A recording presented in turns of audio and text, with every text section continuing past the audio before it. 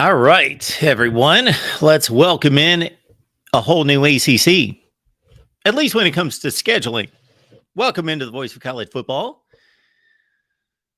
Best discussion, debate, and analysis, not because of me, but because of your participation. We appreciate you being here and invite you to join the show tonight. I will leave the link to join the show in the comments section.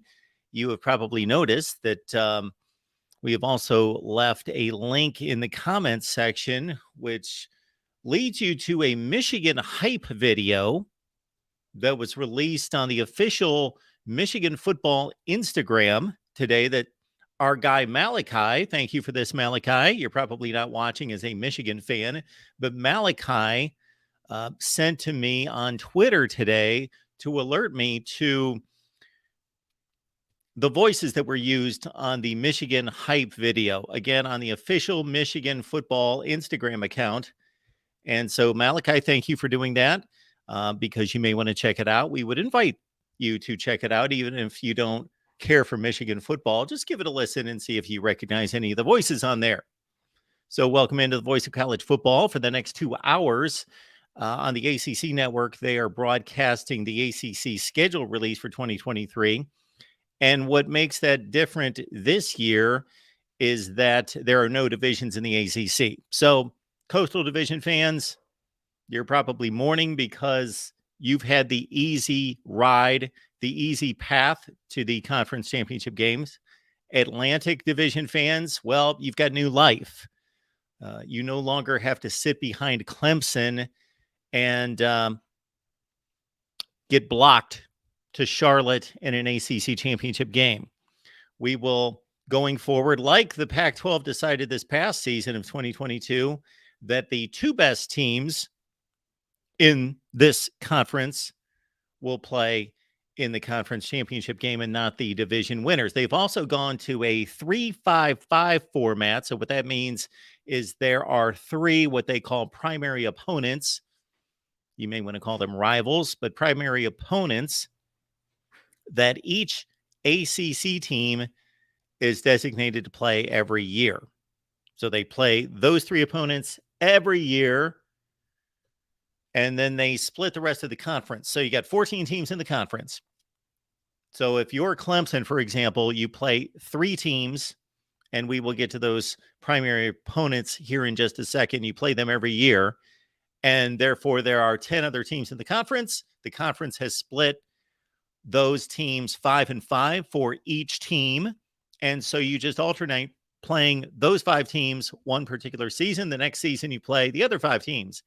Therefore, it guarantees that everybody in the ACC plays at least every other year. I think it's the way to go. The Pac-12 is doing something similar in terms of matching the 1 and 2 seeds in the conference to play in the championship game, but not necessarily this format. I would expect that the Big Ten and the SEC are seriously considering, and now with the Big 12 expanding to 12 teams, well, it's going to be 14 teams with Texas and Oklahoma still around this fall, that going forward, that we would see some type of scheduling format similar to this in all the other conferences. Because what these conferences want to avoid is sending, now that we've got the automatic bid for the conference champion to the college football playoff in the new world of the 12-team playoff, the last thing that these conferences want is to send a 4-loss team to the college football playoff. They also are tired of getting the complaints from fans and alumni and others that teams don't play very often. We'll take Clemson, for example, again. They play Georgia Tech out of the Coastal Division every year, and then the other game rotates amongst those other 6 schools. So therefore, Clemson only plays Duke once every 6 years, North Carolina once every 6 years, and on and on and on and on. So there are a lot of student athletes that never play a particular team in the conference, and to play a team in your conference that you're supposed to be competing against for a conference championship, to play them once every 6 years is ludicrous, and has been ludicrous for a long, long time. But scheduling has become more complicated in that way because these conferences are expanding beyond belief. We will have 16 teams in the new SEC and 16 in the new Big Ten. Therefore, if you don't expand the conference schedule, then you are having a ton of teams within the same conference that don't play each other, which again is ridiculous. So we will keep an eye on the ACC Network, and we will feed you the released schedule. We have already known of the non-conference matchups in the ACC. What we have not known is the 5-5 matchups. We already have the matchups of the primary opponents. Let's check those out. And while we do this, I would like to invite anyone who wants to call the show, and you can talk about anything concerning college football. It doesn't have to be about, does not have to be about the ACC scheduling release, but I've just dropped a link in the chat, so please join us here at the Voice of College Football, and we've got a full crew here. We are broadcasting on the main channel, the Virginia Tech channel. You probably didn't know we had a Hokies channel. We do. Please check it out. Miami channel, Florida State channel, Clemson channel, North Carolina channel. All right, all good stuff. So if we take a look at the primary opponents,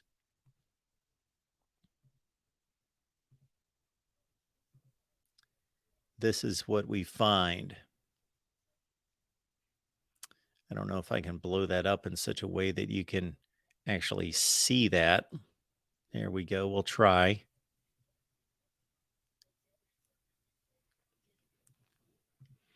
So here's the deal.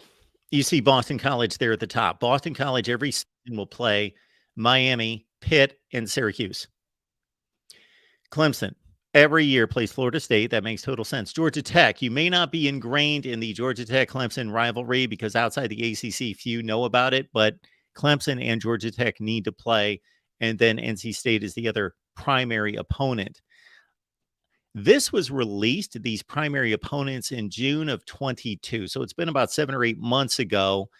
And I don't recall as to whether I found a hole in this scheduling proposal. I'll have to give it another look to see if maybe they missed somewhere along the lines. But let's get to the phone lines. We've got a couple callers on the line as we await the schedule release in the ACC.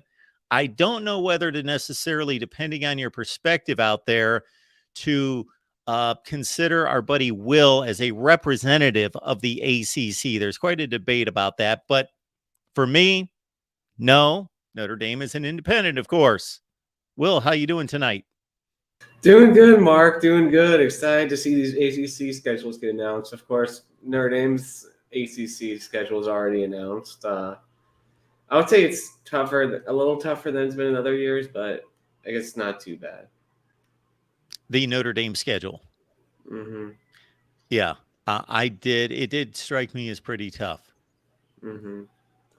But their schedules used to be really tough before they made this ACC pact. Yeah. Yeah.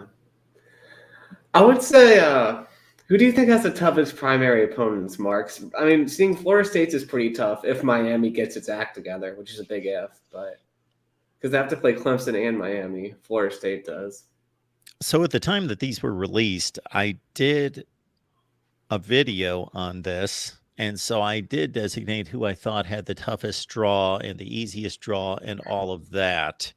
I eyeballed it, but I also went to the records over the previous 4 or 5 years and looked at it that way.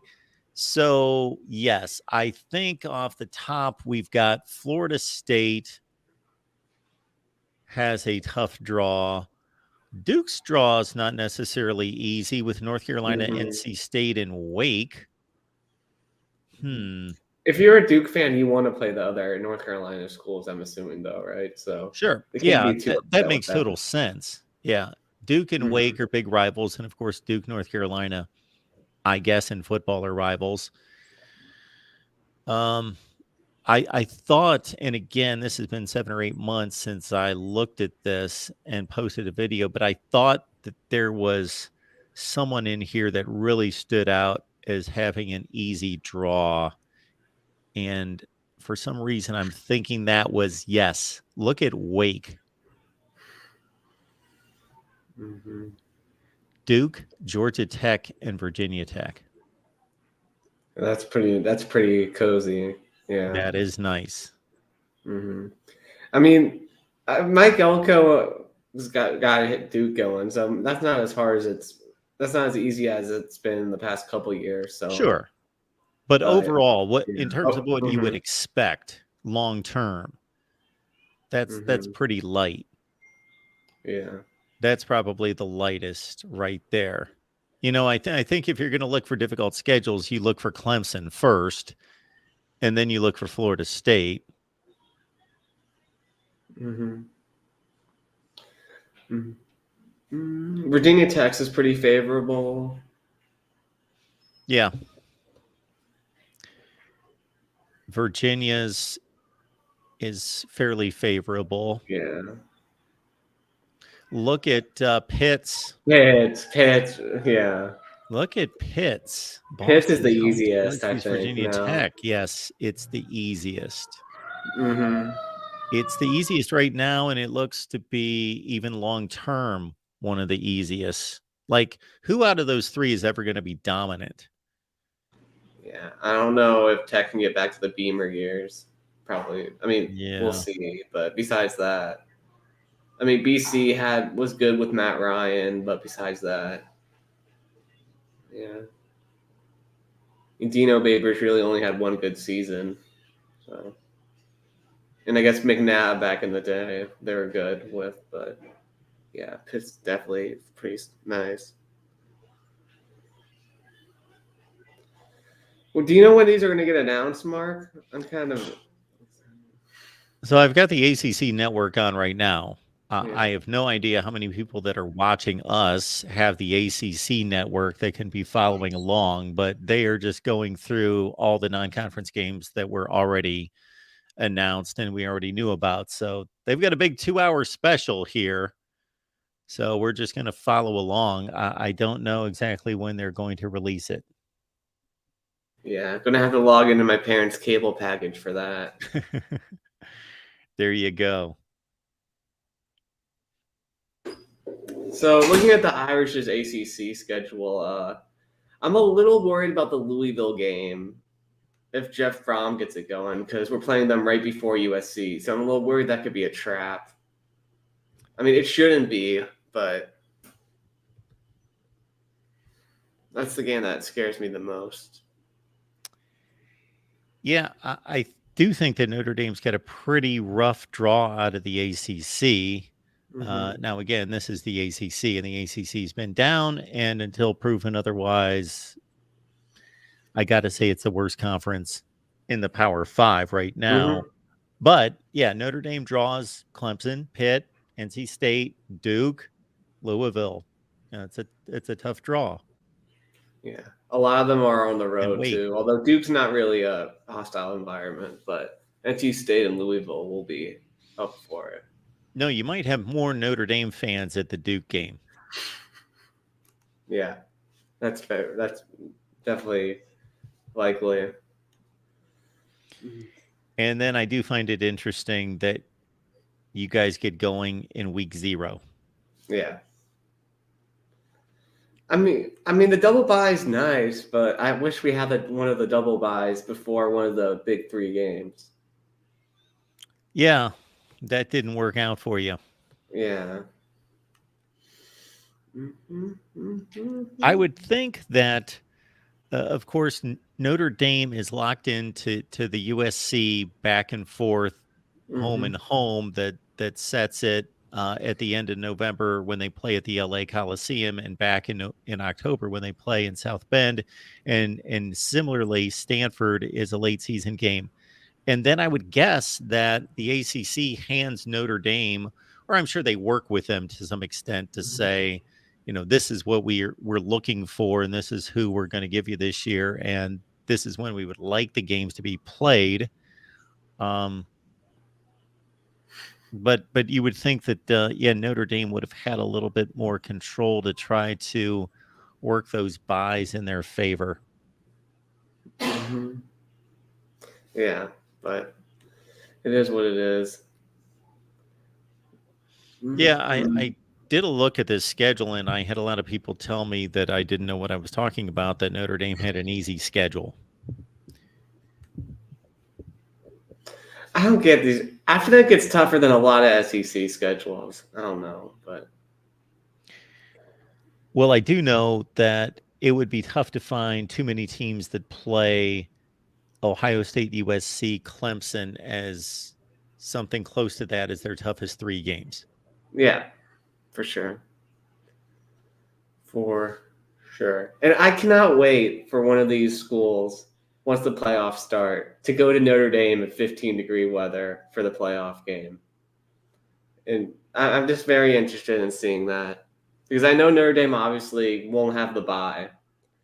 So that's what I'm just really looking forward to that. Like if one of these schools that says Notre Dame schedules is soft goes to South Bend for a playoff game in 20-degree weather, see how they can actually fare, see how tough they really are. We were about to bring in Talk is Pitt to see if he wanted to join the conversation, but we'll go to our guy. Jordan's here. What's going on? What's going on? Good to see you, Jordan. Thanks for joining us. Mm-hmm. So I wanted to talk about, because this was really interesting when it popped up, and it was something that had been had kind of been circling about in rumors. So the Monday prime time matchup that the ACC just released for week 1 is Clemson and Duke. So this brings back Monday reminders of Clemson, Georgia Tech last year. Yes. Although Duke, of course, had a really good season last year. What do you think about that? Because it's interesting because the ACC is trying to isolate its biggest, obviously, at least currently, its biggest brand, in a primetime spot. But as far as matchups go, and this is no disrespect to Duke, because Mike Elko has done a fantastic job in year 1, and they were clearly showed a level of competence we haven't seen from Duke in at least several years. So, but it's still, Duke is not one of those names, especially in football, that draws a ton of eyes. I know. I'm just really interested at the logic. And this applies to the Georgia Tech game, last year as well. But it's really strange, the ACC leadership and how they're choosing to promote the conference, and how they decide to, divvy out this schedule. But I just thought it was interesting. Because I believe that this would only be the second consecutive year that they've gone to a ACC conference game to fill that spot. Before they've highlighted the ACC most notably against the SEC. Like I can think of an Ole Miss Louisville game and others. And so with so much attention on big non-conference matchups that opening weekend, and them using the Atlanta Mercedes-Benz Stadium for that Saturday and then Monday draw, it's kind of strange, that they've gone to an ACC game now. Yeah. I guess putting it, I guess they didn't. I know Ole Miss, that Ole Miss Louisville game, and was that last year or 2 years ago, where that Ole Miss absolutely blew them off the field. I don't know. Maybe it was just we don't want to get embarrassed week 1 by the SEC or something. I don't know, but I feel like there was, if you're going to choose a conference game, I would have done it a little bit differently. But hey, Florida State LSU helped the ACC out at least. Oh yeah, it did for sure. That was a great game. We're all wondering, is like, were those two teams really good? And it was a slugfest, and Florida State got up early and LSU tried to mount that comeback, fell just short, or are these two teams like just really, really awful? And turned out they were both exceeded expectations. So, hey. And I do believe that they're putting those two again on a Sunday night game. Yes. So the ACC is in a good position from that standpoint. They get, whatever big games are on Saturday. that are going to be multiple games in each time window. But those exclusive Sunday night, Monday night games are ACC 3 out of 4 spots. Yeah. And so it'll be interesting. And I think that matchup is I think it's in Orlando. I know Yes. it was in New Orleans and now it's in Orlando. So it's kind of a pseudo neutral, a pseudo home and home type series. So that'll be fun.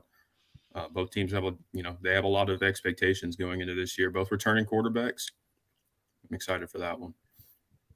Talk is Pitt is jumping in here to join the ACC conversation. Talk is Pitt. How you doing? Doing pretty good, Mark. How are you? I am doing well. What's going on? Oh, not too much. Not too much. I've already taken a look at Pitt's schedule format, and I think we definitely have one of the easiest draws, like you guys said earlier. That doesn't mean I like the teams we got stuck with. Syracuse is a team that has not beaten us, or has only beaten us 5 times in the past 20 years.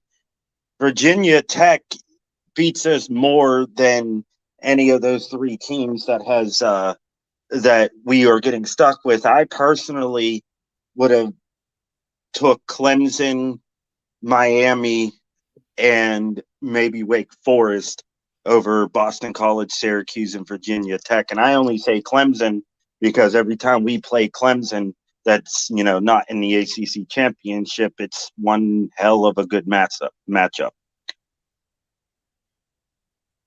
I wish we got stuck with Clemson every year instead of playing them once every 6.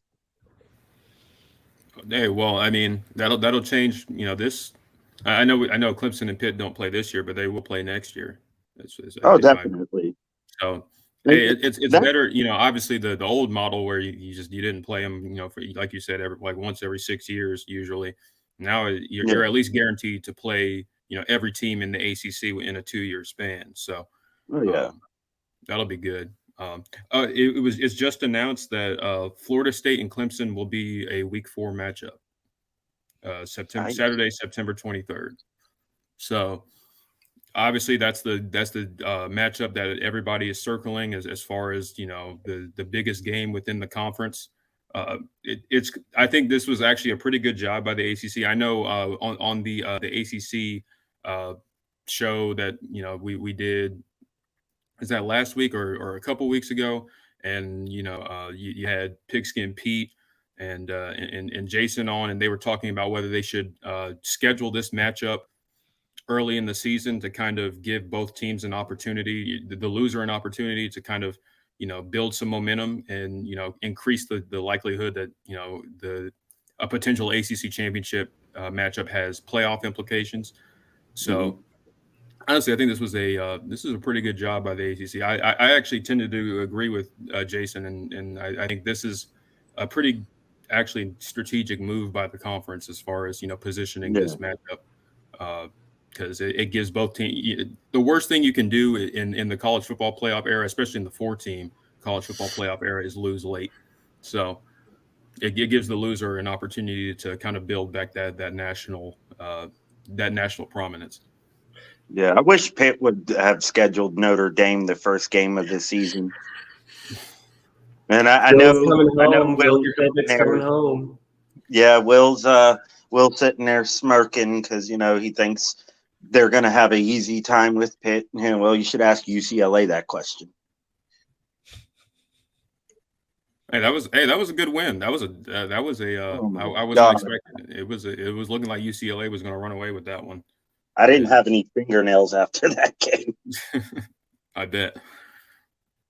But yeah, I'm actually the Notre Dame game is the game that I have circled on my calendar because Will even knows this, and me and him have had discussions before when I did a show with him. Pitt fans absolutely do not like Notre Dame one bit. Not one bit. And that's the game we're looking forward to the most, even though we play West Virginia, but that's West Virginia. It's not really exciting to beat them anymore. Maybe Cincinnati. Oh yeah, I forgot we do play Cincinnati this year at home. So maybe I'll actually go to that. Talk is Pitt. It's not exciting to beat West Virginia. Nope, not anymore. You haven't played. You did not play them for what 12 or 13 years until last season, and you beat them by that much. And now you've kind of discarded them as like an FCS school. Well, I mean, I've always looked at West Virginia as an FCS school, but like beating West Virginia doesn't carry the same amount of weight that it would carry as, let's say, we beat Clemson, or let's say we even won the ACC. You know, we could go and play Penn State, and that would mean more beating them than it would West Virginia. Yeah, from a quality standpoint, I totally get your point. Yeah, that's what I mean. And Pitt is a great rivalry. It is a great rivalry, but it just doesn't carry the same weight that it used to. Okay. That's what I'm getting at. I'm not saying it doesn't mean anything. That's not what I meant. It's just the quality of beating West Virginia is gone. I mean, that's an interesting perspective because, you know, for me, you know, if you polled like Clemson fans and you were like, would you rather beat Notre Dame this year or beat South Carolina? I guarantee 99% are picking South Carolina every time. We'll take that L to Notre Dame every single day of the week. Well, you guys have losing that rivalry game. Yeah, but you guys have played every single year since Pitt and West Virginia has stopped. That's true. That's what I'm getting at. Like, because of how long it's been, I'm not saying it doesn't mean anything. It means more to the old guys than it does to the young kids. And I'm an old guy. I'm in my mid-30s, believe it or not. So, Talk is Pitt, you made the statement that Pitt hates Notre Dame, correct? Mm-hmm. Yes. Do the players and the coaches feel that way? Is that just a fan? Narduzzi feels that way. I know that. Okay. Well, no, definitely Narduzzi, and from the guys that I work with, because I believe there's 2 Notre Dame fans at my job, and they even said back in the day playing Pitt and Notre Dame was just, it was just one heck of a game. You got you got fights breaking out in the stands, on the field, fans going back and forth, and it's just nowadays. I look at teams we play more often, and we have played Notre Dame a lot since joining the ACC. Actually, bring me on to my next point. Pitt signed a contract with Notre Dame to play them every year for the next 12.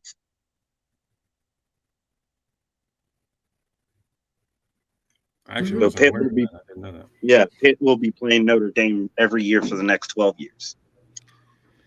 Ooh, Wake Forest at Clemson. That's going to be an interesting one. I think Wake Forest. I think people are going to be sleeping on Wake Forest next year, but I actually don't think they're going to be that bad. Who's going to be the quarterback? That's what I was going to ask. They're actually really high on him. I am blanking on his name right now, but he came in when Sam Hartman was out and looked really, really good. And Griffiths. Crap, I can't remember. Yeah, yes, Mitch Griffiths. Yeah, that's correct. I knew it was Griff. It was one of those. But didn't Wake Forest lose their whole entire offensive line? They lost a lot. They did lose a lot, but they return a decent amount of talent at receiver. I know A.T. Perry is gone, but they have some dudes. Take it from me who watched Clemson get absolutely torched. Honestly, A.T. Perry was not the best receiver in that game. It was, you still have guys like Jamal Banks, and I believe Taylor Morin is back for another year. So no, Wake's is still going to have some weapons on the perimeter, and Mitch Griffiths, I think they really like him. They're going to be a really interesting team next year. They still got to fix the defense. That's been a trend. It hasn't been very good over the last few years, but. A lot of our super seniors, our super seniors have returned. I think we had 11 super seniors that are all returning. Yeah, a lot on the offensive line, right? Yeah, we have 4 offensive linemen returning. The whole defensive line's returning. Now, the biggest question for us isn't even going to be on offense. Isn't Cansey gone? Yeah, Cansey's gone. Thank God. So basically, every single starter for Pitt on both offense and defense last year were injured at least 3 games or more. So every starter missed at least 3 games or more, with the exception of Marcus Minor, but he graduated because of eligibility. So with that being said, who do you really define as starters? The people who started at the beginning of the season, or the people who were, in the trenches down the long run? Because that's 2 different answers. It's true. To me, that's going to be our biggest asset. Now, the linebacker core took a very big hit. We lost most of our linebackers, but we got linebackers in from Florida, LSU. A couple other people have transferred in, and then we got this. I can't remember his name. Why it's drawing a blank. Derek Davis. He was a safety at LSU / running back, but he's going to be playing running back because we lost Izzy Abanikanda, and we need another big guy up front. Because Derek Davis is about 220 pounds. So I definitely think Frank Cignetti has got something going on, got something cooking at Pitt. Not saying we're going to win the ACC. I'm predicting we're going to win 9 games this year again. I think the days of mediocrity are over. I could totally see it, especially if Cignetti and Jurkovec find some of that magic they had, and back in 2020 at BC. That'll be interesting. Oh yeah. Well, see, that was the problem with Jurkovec. He didn't have an offensive line, 2021, 2022, and he only had one person to throw to.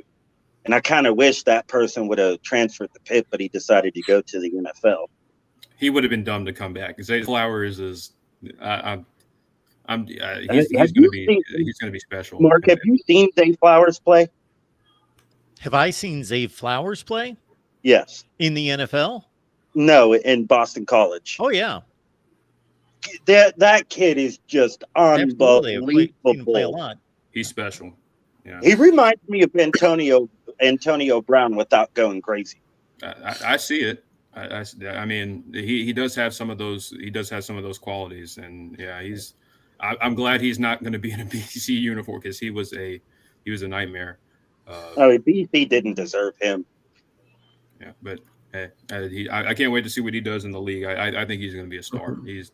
He was phenomenal. Who do you guys think was the most underrated player in the entire ACC? Most underrated. That's interesting. I mean, Riley Leonard at Duke. It's easy to think of, but I thought Riley Leonard had a pretty phenomenal season. Paul? Who else? I'm trying to think of like a non-quarterback, because that's kind of cheating. I mean, that was going to be my answer. Yeah. Oh, okay. Well, yeah. Yeah, Riley Leonard. I thought, honestly, he carried Duke. Mm-hmm. I mean, he was a big part of their run game too. I thought that was the most impressive, because Duke had. I mean, their running backs are fine. They have some decent players, but it was nothing special. But they were still one of the best running teams in the conference. Partially because Riley Leonard was such a threat with his legs, and he had opportunities. He was a big part of that offense. He tore Pitt up. I mean, I thought what Drake May did to us was bad, but God dang it. Oh, yeah. I thought we were going to lose that game because of Riley Leonard. I said Jahar Jordan for Louisville. I mean, Austin loves talking about his Cardinals, and he had some breakout. He had some huge runs. Yeah, so that's a great pick. He was huge. Another Louisville player, Tyler Hudson, wide receiver. He was pretty phenomenal. He's got it seems like Louisville every single year has like one like slot like legit track speed that is like just impossible to guard just every single year. But yeah, Tyler Hudson was be a really, Tutu Atwell. Tutu Atwell was great too.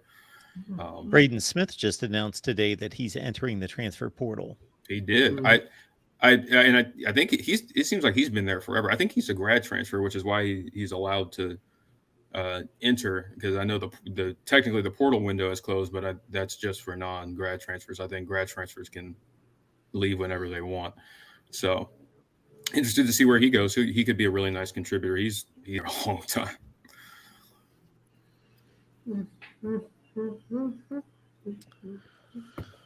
All right, folks. I did see NC State already released its schedule in full, so hopefully we'll be able to catch up with some of the full schedules coming out, and we'll get those posted. Yeah, NC State. Yeah, they're a team that's really, really intriguing. You could really say that about a lot of the teams in the ACC, because there's been a lot of turnover on a lot of the rosters of these teams.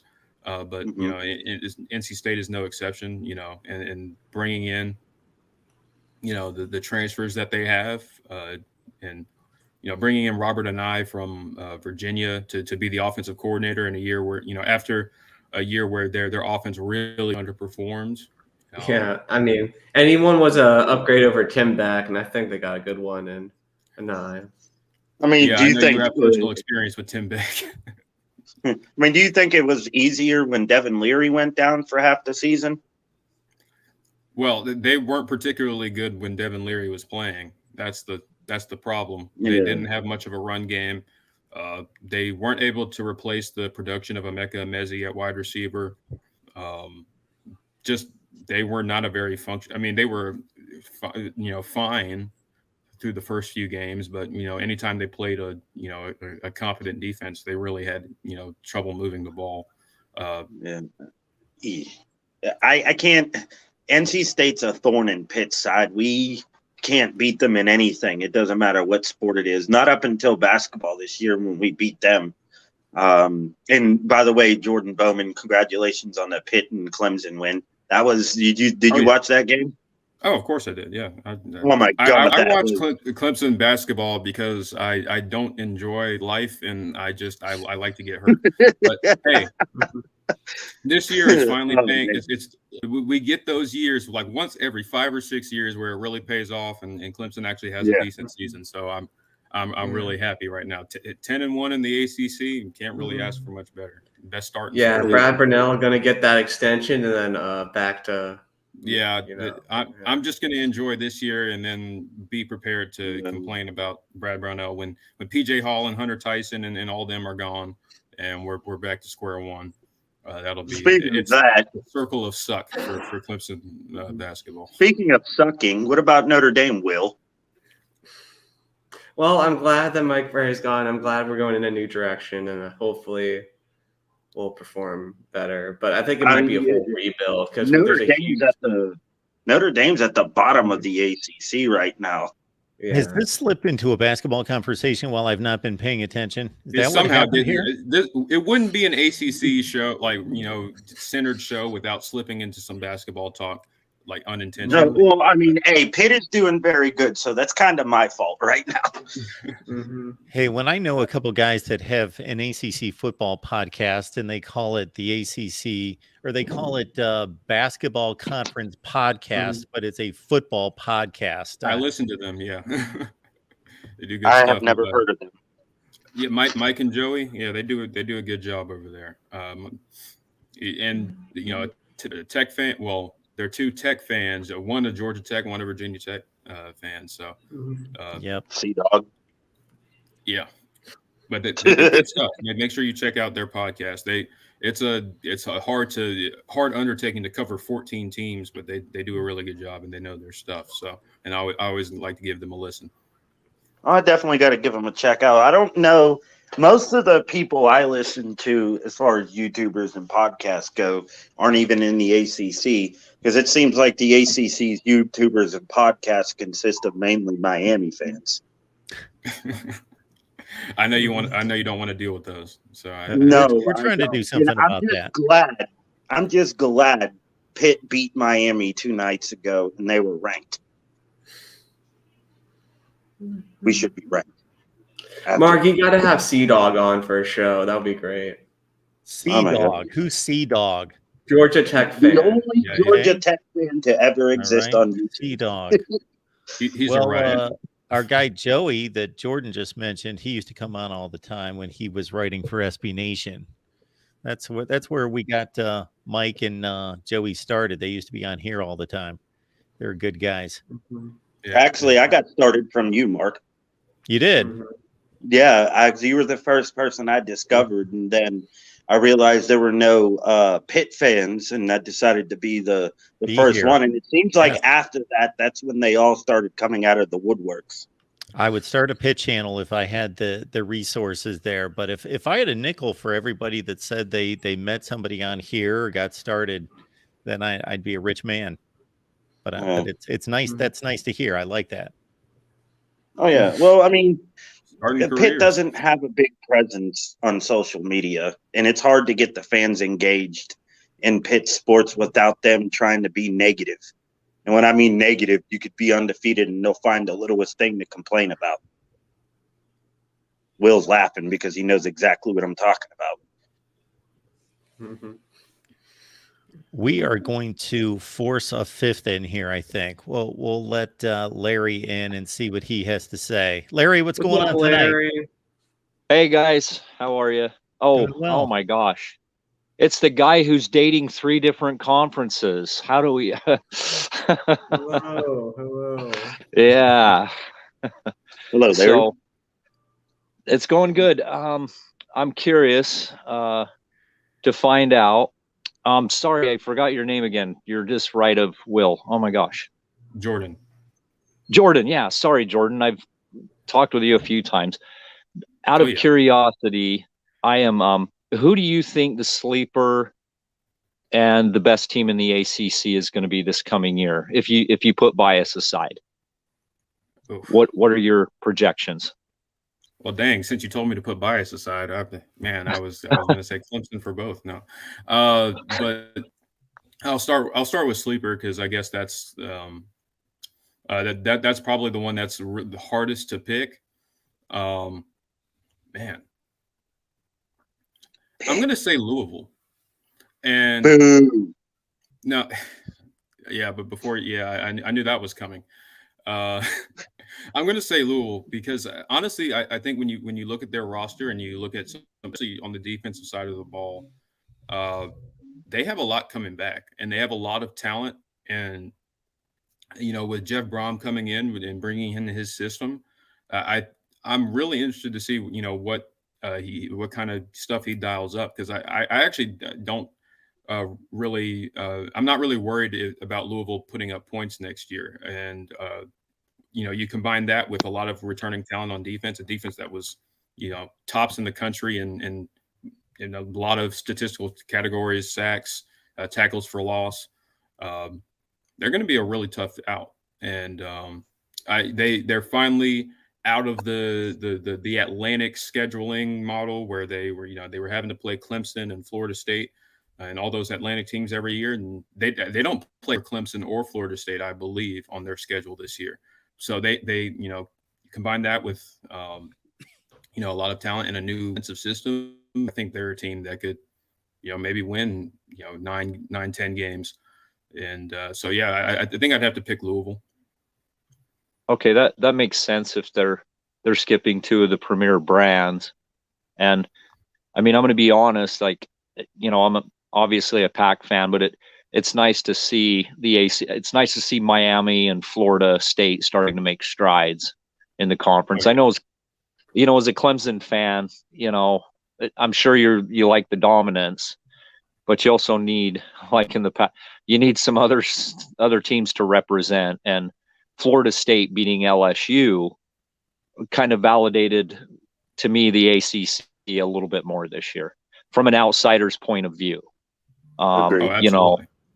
So, I mean, you get a lot of discredit, it was a fluky game. LSU was the, this and that. And it's, but if it happens to any other conference, the SEC gets to wash it by the wayside. But when it happens to them, it's a different story. So they I was didn't really want to be there. So this Yeah. person was hurt. Yeah, I know. You know, my Utes lost to Florida. They lost, and so it was nice to see, FSU beat LSU, because it's one of those, okay, well, if you're so great, then why did you lose to the third best team in the, so some of those arguments can go by the wayside. So it's really nice to see the ACC, in particular Miami, starting to do better. I have no confidence in Mario Cristobal, though. I am going to cut in to play devil's advocate on that game, just to say, when all was said and done, and I thought that was an important game for the ACC, and more so for Florida State and Mike Norvell coming off 5-7. But when it was all said and done, they were very comparable teams that played a 1-point game in New Orleans. Right. So good. Yeah, win but for it's, the I mean, ACC, if you come down to it, they didn't exactly make a statement in the game. Right, but you could say the same thing about Florida, Utah. Utah's on the 6-yard line, first and goal with 30 seconds to go. Florida was one of the worst teams in the SEC, and Utah was the Pac-12 champion. Well, how did Florida go to Tennessee, and give Tennessee fits? They didn't give them as many fits as maybe you think they did. The score was 5 points? I think Pitt gave It's like Tennessee a 10 or 13 point game. Yeah. It was a somewhat competitive game. It wasn't like down to the wire.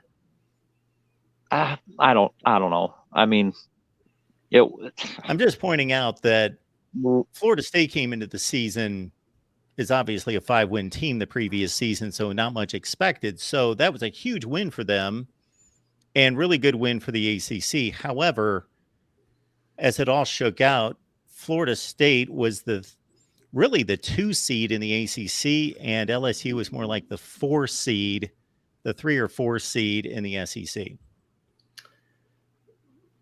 Yeah, you can make that argument, but it's always hard when you're talking about week 1 results, because it's it's something that I've heard, a lot of coaches mention. I know Dabo has said it a bunch. The first game of the year is always the hardest one for, just because you get more time, obviously, but you really have no idea what to expect, especially in the age of the transfer portal, and just so many teams can overturn their roster in one offseason now.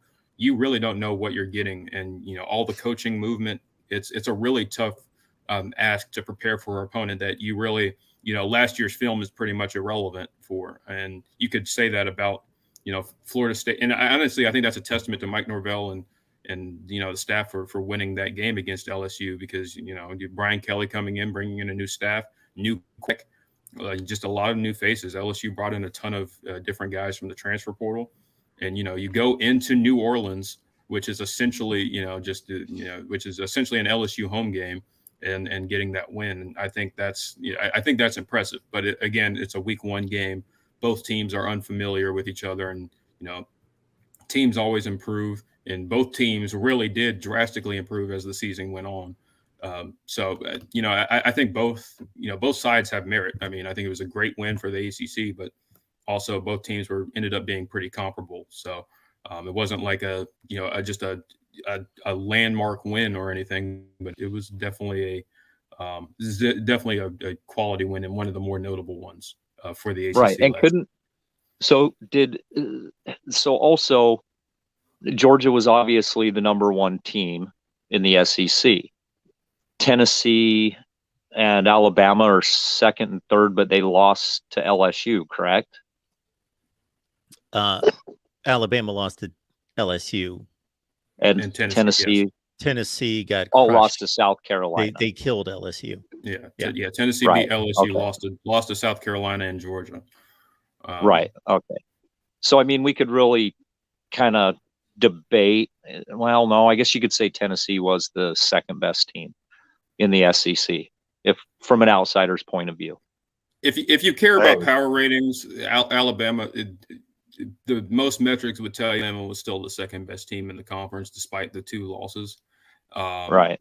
But it's always hard to compare those kind of things, even within the conference, because it's really, it's a 1-game result. It's not always indicative of who is the better team on a given day. It's just, I mean, it's always a crapshoot when you're trying to draw conclusions from a single game sample set. So, but Georgia was clearly the best team. Where you see them after, those teams afterward is up to decide to rank teams. Do you value those head-to-head results, or do you care about, who would you favor on a neutral field, all of that. So it's kind of a right. And I think I might agree with you on Louisville, because I didn't watch any of their games. I would just watch some highlights and some scores, and they seem to have been a pretty decent team last year. So that probably is a pretty great sleeper team that you came up with. Or Cunningham's gone, isn't he? Yeah, he is gone. Yeah. Finally, feels like he was, again, another guy I'm not sad to see go. I know. I mean, lost to him, but he was close a couple times. Right. So. I remember hearing about him Kenny Pickett's freshman year. 2017. Yikes. Who is Pittsburgh's quarterback going to be this year? Well, I mean, when you bring in a quarterback like Phil Jacoby from Boston College, you expect him to start. But if it was up to me, I would have the Penn State transfer Christian Vo start. Okay, yeah, you guys should probably ask Oregon about Boston College departure quarterbacks. And another person that was college forever. Boston College had a horrible offensive line, and people. Yeah, Jacoby can play. Yeah, so Jacoby can play, definitely. If he has the offensive line to give him that time, which, Boston College did that for him twice, freshman, sophomore year, then he would, he can flourish, but he just doesn't have the talent around him. Now, with Pitt, that's a different story. He's going to have talent. Mm-hmm. Okay. No, I get it. Yeah, I mean, if you don't have somebody blocking for you or somebody to throw to, it doesn't matter if you're Tom Brady or not. I mean, Tom Brady would just deflate the ball and then call it a catch. Yeah. Talk is Pitt. Are you handing out money to people in the chat? We've got Peninsula saying Pitt is the most underrated program in the country. Nah. I think it depends on what you're standing. Like, go ahead. Let me. Okay, underrated? No. Disrespected? Yes.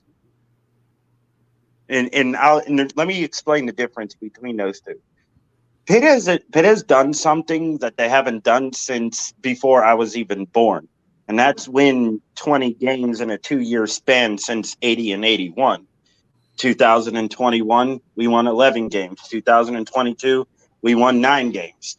And I know a lot of people had expectations that we could have won the ACC again, which we very well could have and should have, in my personal opinion. But with a quarterback as bad as Keaton Slovis, I'm actually surprised we even won as many games as we did. So do I think we are the most underrated team? No. Do I think we're underrated? Yes.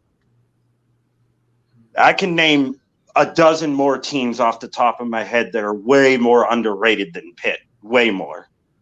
Duke is one of them. I think Duke is more underrated than Pitt. That's just the ACC. I think Tennessee deserves a little bit more credit than what they got. I could think of a few other teams. I'm curious to see I know this is ACC, but that Texas Tech sure did seem to they might be a Big 12 sleeper next year. They look like they were putting something together there at Texas Tech in Lubbock. Yeah. As long as they beat West Virginia, they'll have my respect. Coming as a former U. Speaking of that brings me up to a interesting conversation I had with a West Virginia fan and a Texas fan the other day. What if the ACC does disband and Pitt goes to the Big 12? Do you think that would be a fit? Because they're not going to the Big 10 with Penn State there. It ain't happening. No, isn't Pitt an academic a very high Yeah. academic institution. Yeah, pretty good. Extremely. Yeah, it's not that I have anything against the Big 12, but when it comes to academia, it seems like the Big 10, Pac-12, and ACC really take that stuff a lot more serious than the other two conferences. So Yeah. I think culturally, I don't see it, but I haven't followed the ACC that much. So Yeah, I don't think that Penn State wants to let Pitt in the Big Ten. Yeah, well, see, that's the problem. That's the reason why we're in the ACC.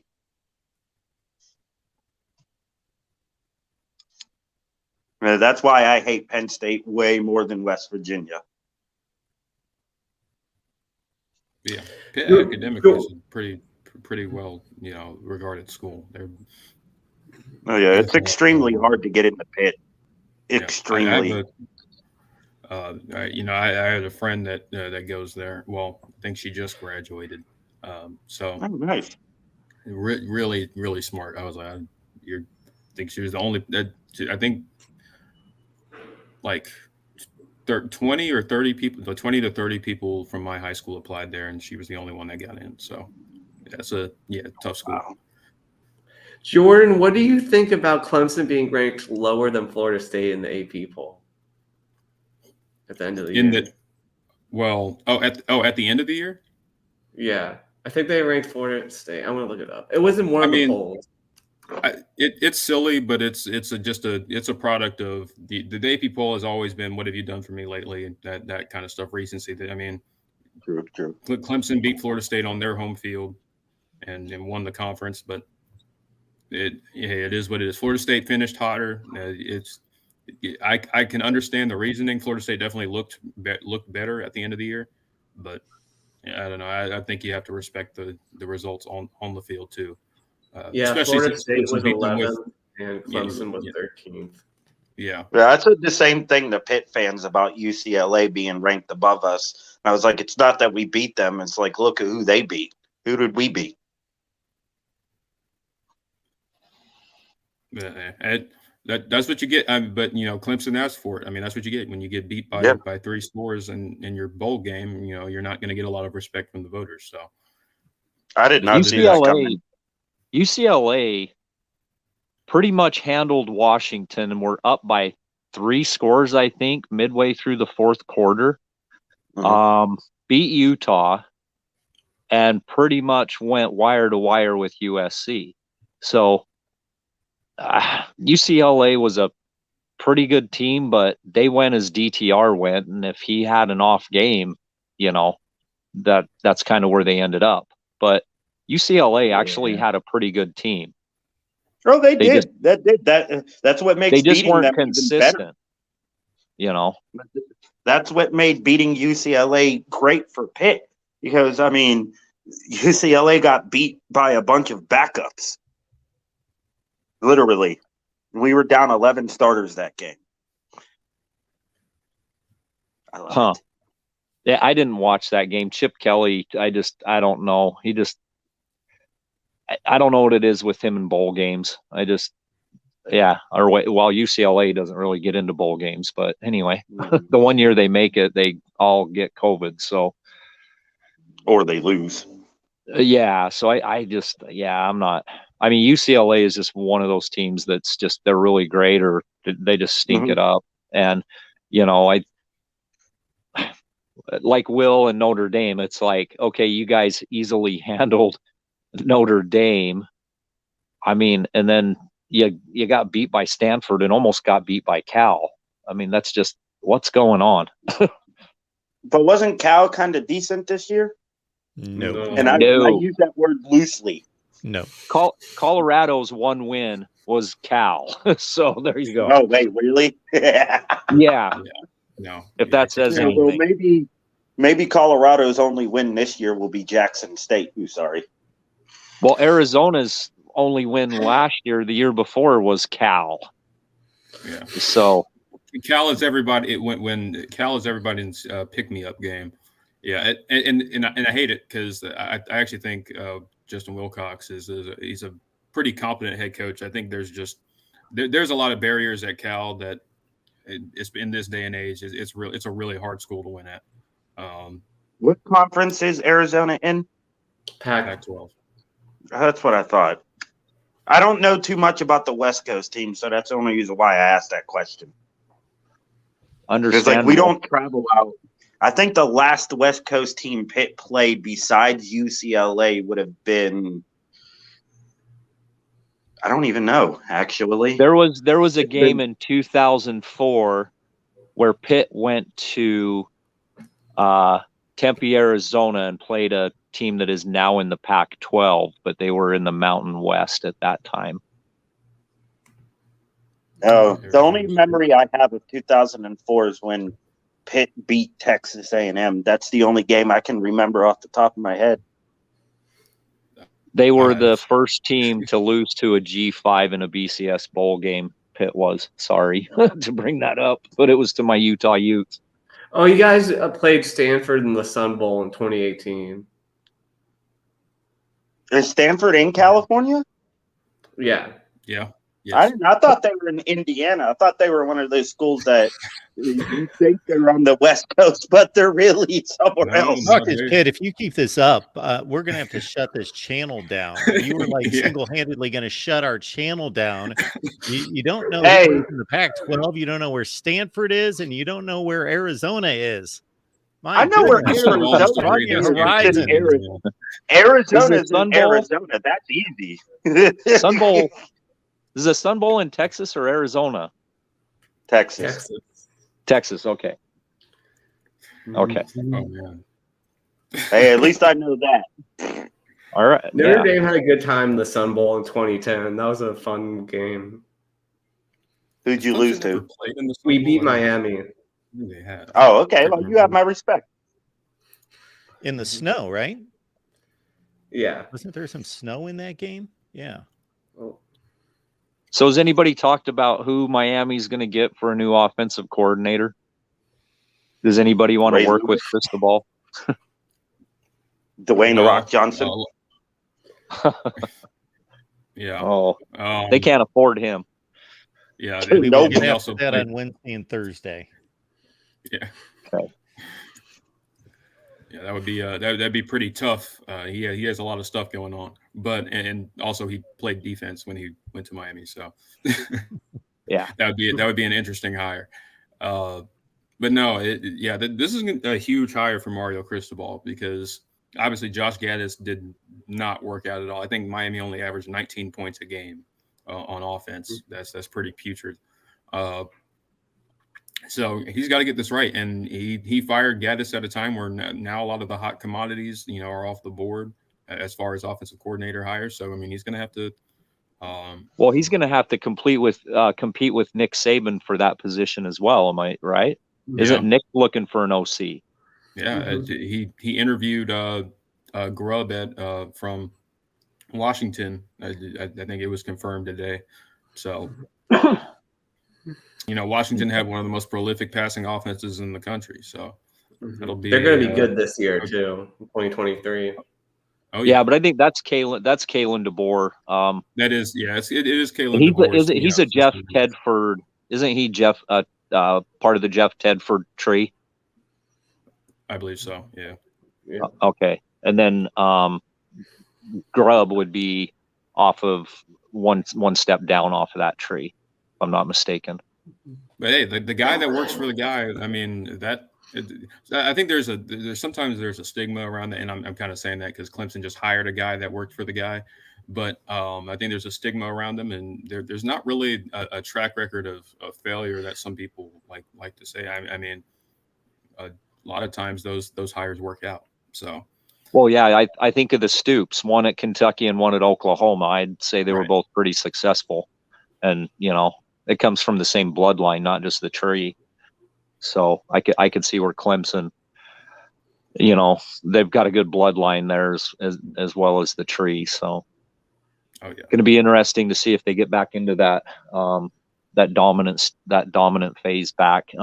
You guys have kind of not fallen off on recruiting, but comparatively you have, right? You guys were kind of in that top 5-6. Not really.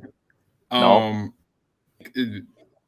what years of windows you want to look at. If you want to just look at 2020 and 2021, those were the two highest classes in Clemson football history. They were third in 2020 and fifth in 2021.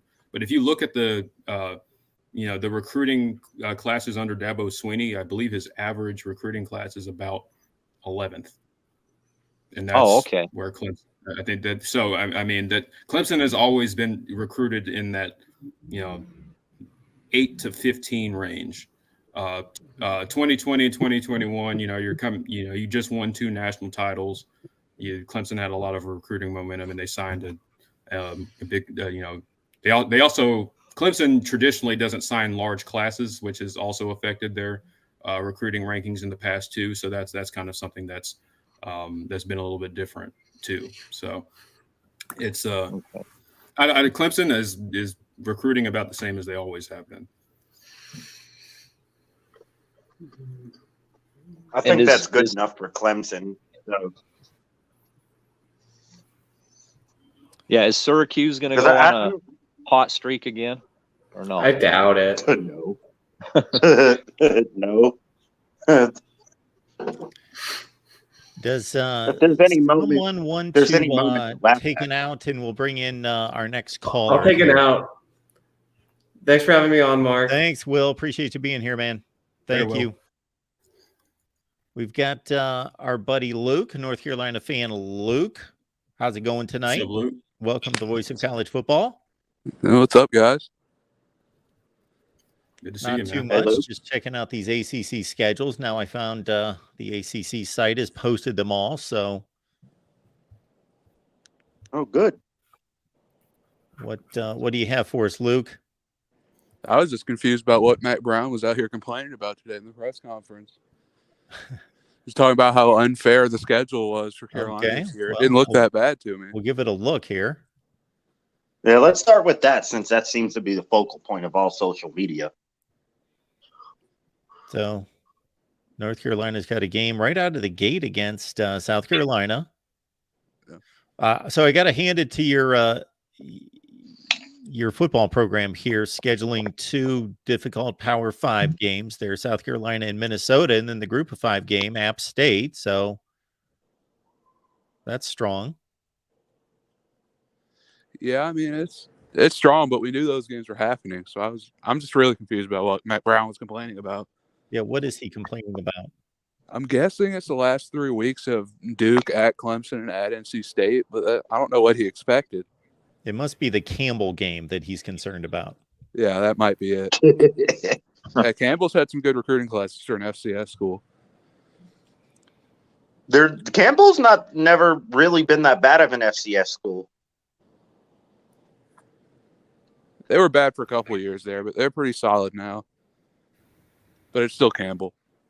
Closing with 2 road games. I don't know what he's looking at there. Is it because they're road games? My guess would be it's because those are pretty much the 3 toughest conference games, and they're just all in a row at the end. But that's still not that crazy. Yeah, I mean, you get at Clemson and at NC State is kind of a rough draw, but I mean it's not egregious. It's not anything where you should be complaining about how unfair the ACC was in your press conference. Yeah. I mean, the network hedging to me. Does anybody believe the networks kind of dictate some of this schedule as far as, because they've got, ESPN has open windows here, and here. And so maybe the SEC is playing their top rated games through the middle. And so they try to pack on. ESPN might say, hey, to the ACC, can we get some of your top profile games at the end or at the beginning? Do you think that's a possibility? Huh? I hope that's part of it. Yeah, they would be dumb not to. It's their. I mean, they have the rights for both conferences. You want to create the schedule and arrange it so that you get the most eyes and where it makes sense. So they certainly have their input and right. So programs complaining about not getting enough money, but then having back to back tough games is like, well, if you want to make the money, this is where the networks want to pay us the most is if we can slot in here. So it's kind of like pick your poison, right? Yeah, well, and the money thing is really just I mean, that's just intrinsic within the deal, a lot of it. I mean, what you end up making. And as we all know, the ACC has probably the worst TV deal in the entire Power Five, as far as it's still better than the Big 12s, isn't it? Even their current one. Well, the Big 12 is getting renegotiated here soon, isn't it? Yeah. Well, no, they're locked. They already did. They're done. They just got to sign, and they're done. Yeah, as far as I know, they already did their deal. Well, the ACC doesn't renegotiate till 2031, so yeah. By that time, nobody's going to care. Yeah, that's the only reason half these teams are still in the conference. Right. There's no way out. Yeah. Now, Jordan, is it true that ESPN invested a lot of money into building the ACC network? And that's part of the reason. Oh, well, absolutely. I hope it's not true, because the ACC network is terrible. It is. Well, it is true. They invested a lot of money. Both things are true. They invested a lot of money, and the product is lackluster at best a lot of the time. Yeah.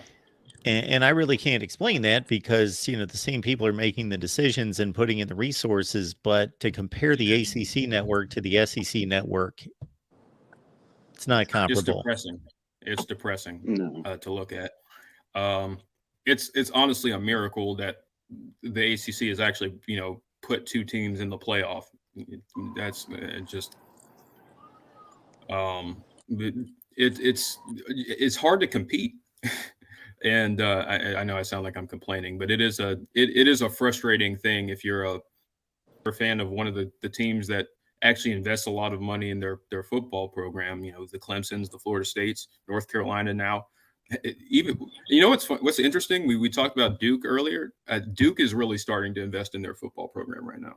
But you've got other schools. I didn't even mention Miami's investing a ton as well. The results haven't come yet, but they're investing. But then you have programs like Georgia Tech, who doesn't want to spend money on anything. Sorry, C-Dog. Shout out to you. I still love you, dog. But Georgia Tech is notorious.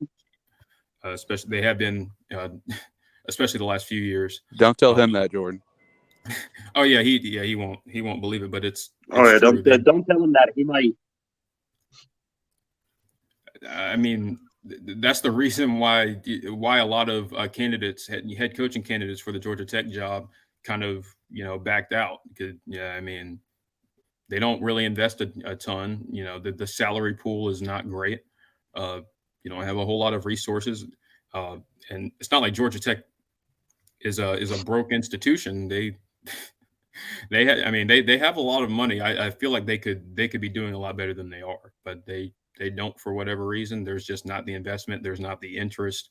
And you're in a talent-rich state, and you're competing with a program that just won back-to-back national championships. I don't know. I guess it's you would think there would be a little bit more of a competitive drive, but I don't know. Georgia Tech used to care, at least. I just think they don't care about sports anymore, because all three of their big three sports aren't very good. No. I mean, their baseball team is solid, but other than that, their basketball team's the worst in the ACC, and their football team's borderline. But and the thing about baseball is you don't really need to invest a ton to be good at baseball. In that it's a different sport. I don't know. It's just you can recruit a lot different. It's the pitch is different, and especially since there's so much more variability in results in baseball. Anybody can pretty much be anybody in baseball. So, you can have a good season, every once in a while, and be okay, without investing a whole ton. But football, basketball, the revenue sports, Georgia Tech, they just don't really seem to care. At least not anymore. And then what about the Virginias? I mean, they've just fallen off the map. They used to be really solid programs, and then as of late, they're just I mean, I don't know what's going on. They're just struggling. You know, it's interesting because I think, and I know a lot of tech alum, tech grads, and you know, I'm friends with a lot of tech people. They have a lot of different theories on because Virginia Tech is kind of the school that's always been the traditional football powerhouse, and they have not been able to kind of get out of the hole they're in, especially because they can't really recruit the state like they used to. They seem to blame the transition between Frank Beamer and Justin Fuente. I think really signified like a shift in their recruiting. I think when Fuente was hired, he tried to kind of branch out a little bit more. He started recruiting the state of Texas a lot of other places that Virginia Tech isn't traditionally known for recruiting very well, and the in-state kind of got neglected. Virginia's a pretty talented state, and you've got a lot of talent going to Penn State, the Big Ten. North Carolina is taking guys from Virginia. Clemson and SEC schools go into Virginia and get guys now, and so it's just a lot harder to recruit there. The DMV area in general used to be a Virginia Tech hotbed, and now it doesn't. They can't seem to keep that talent in state as much as they used to. I think they did a little bit of a better job this season. I think Brent Pry is trying to reestablish those relationships. They're in a bad way right now. Oh. Yeah, didn't Caleb Williams come out of that area, out of the Beltway? He came from the DMV, didn't he?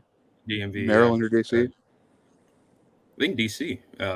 Close to DC. He went to Gonzaga High School. I don't know exactly where that is. I think that is in DC. Yeah. Yeah, I thought he was from DC. Yeah. Okay. So, 10, 15 years ago, a guy like Caleb Williams, there was a decent shot he would end up at Virginia Tech. Now especially if Michael Vick was on his way out, right? Michael Vick, Tyrod Taylor, they had some good quarterbacks. Yeah. Mm-hmm. That's what I grew up with. Logan Thomas, yeah. That's a name I haven't said in a long time. The Washington Commanders legend.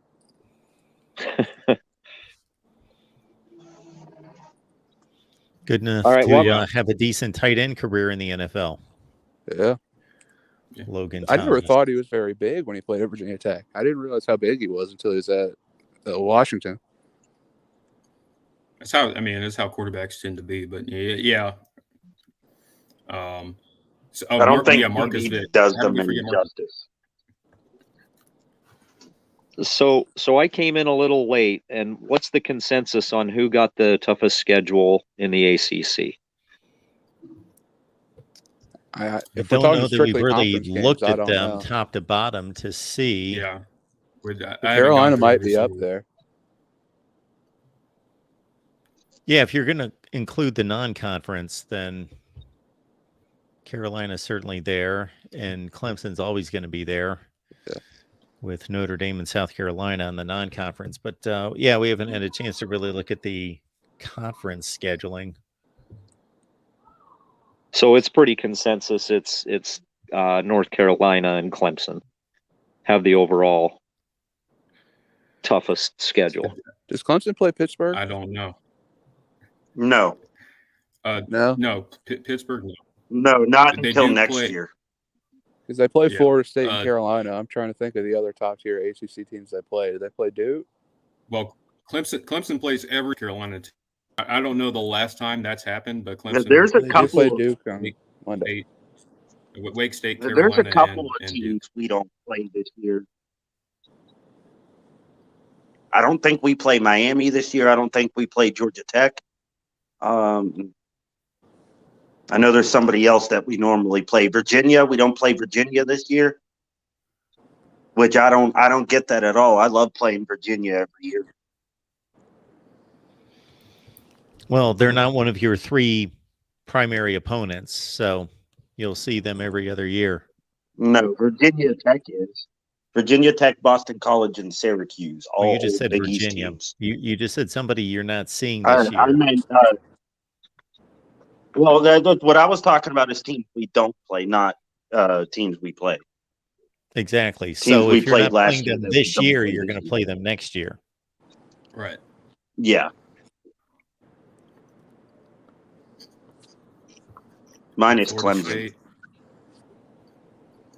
Yeah, I mean, Florida State's probably got to be up there because they played LSU and Florida in the non-con, and then they got Clemson, and it's a tough schedule. Southern Miss isn't they're not a. They got to come up to Pittsburgh to play Pitt. I don't know At how Wake tough and at Florida's Pitt, going to be this year with back-to-back Graham week. Mertz, though. Oof. Yeah, but rivalry game. I consider it. Yeah, and it's in the swamp, so I guess that's all. Who's even going to be their starting quarterback? I mean, who else would it be? Duke, Jack Miller? at Wake, at Pitt, and then home against Miami. That's not an easy stretch. If So Duke how many continues to be what they were last year, that's going to be tough. How many teams does Florida State play that aren't Power 5 teams? They have 2? Yes. North Okay. Alabama Miss and North Southern. Alabama. Okay, and then Clemson has 10 or 11. Considering Notre Dame would be, we're going to call them a Power 5. Well, Clemson plays Florida Atlantic and I'm blanking. Well, who's the other? They always play like other? Furman Charleston or South Southern. Carolina State or something. Charleston Southern. Okay. I knew it was a South Carolina school. they always play an in-state FCS school. Although we haven't played Charleston Southern in a long time, so it's usually Furman or Wofford or the Citadel. So Charleston Southern, that's a nice change of pace, I guess. At NC State, Notre Dame, Georgia Tech, North Carolina, at South Carolina is a pretty difficult stretch drive there. Yeah. I wish Pitt would play the other. Huh.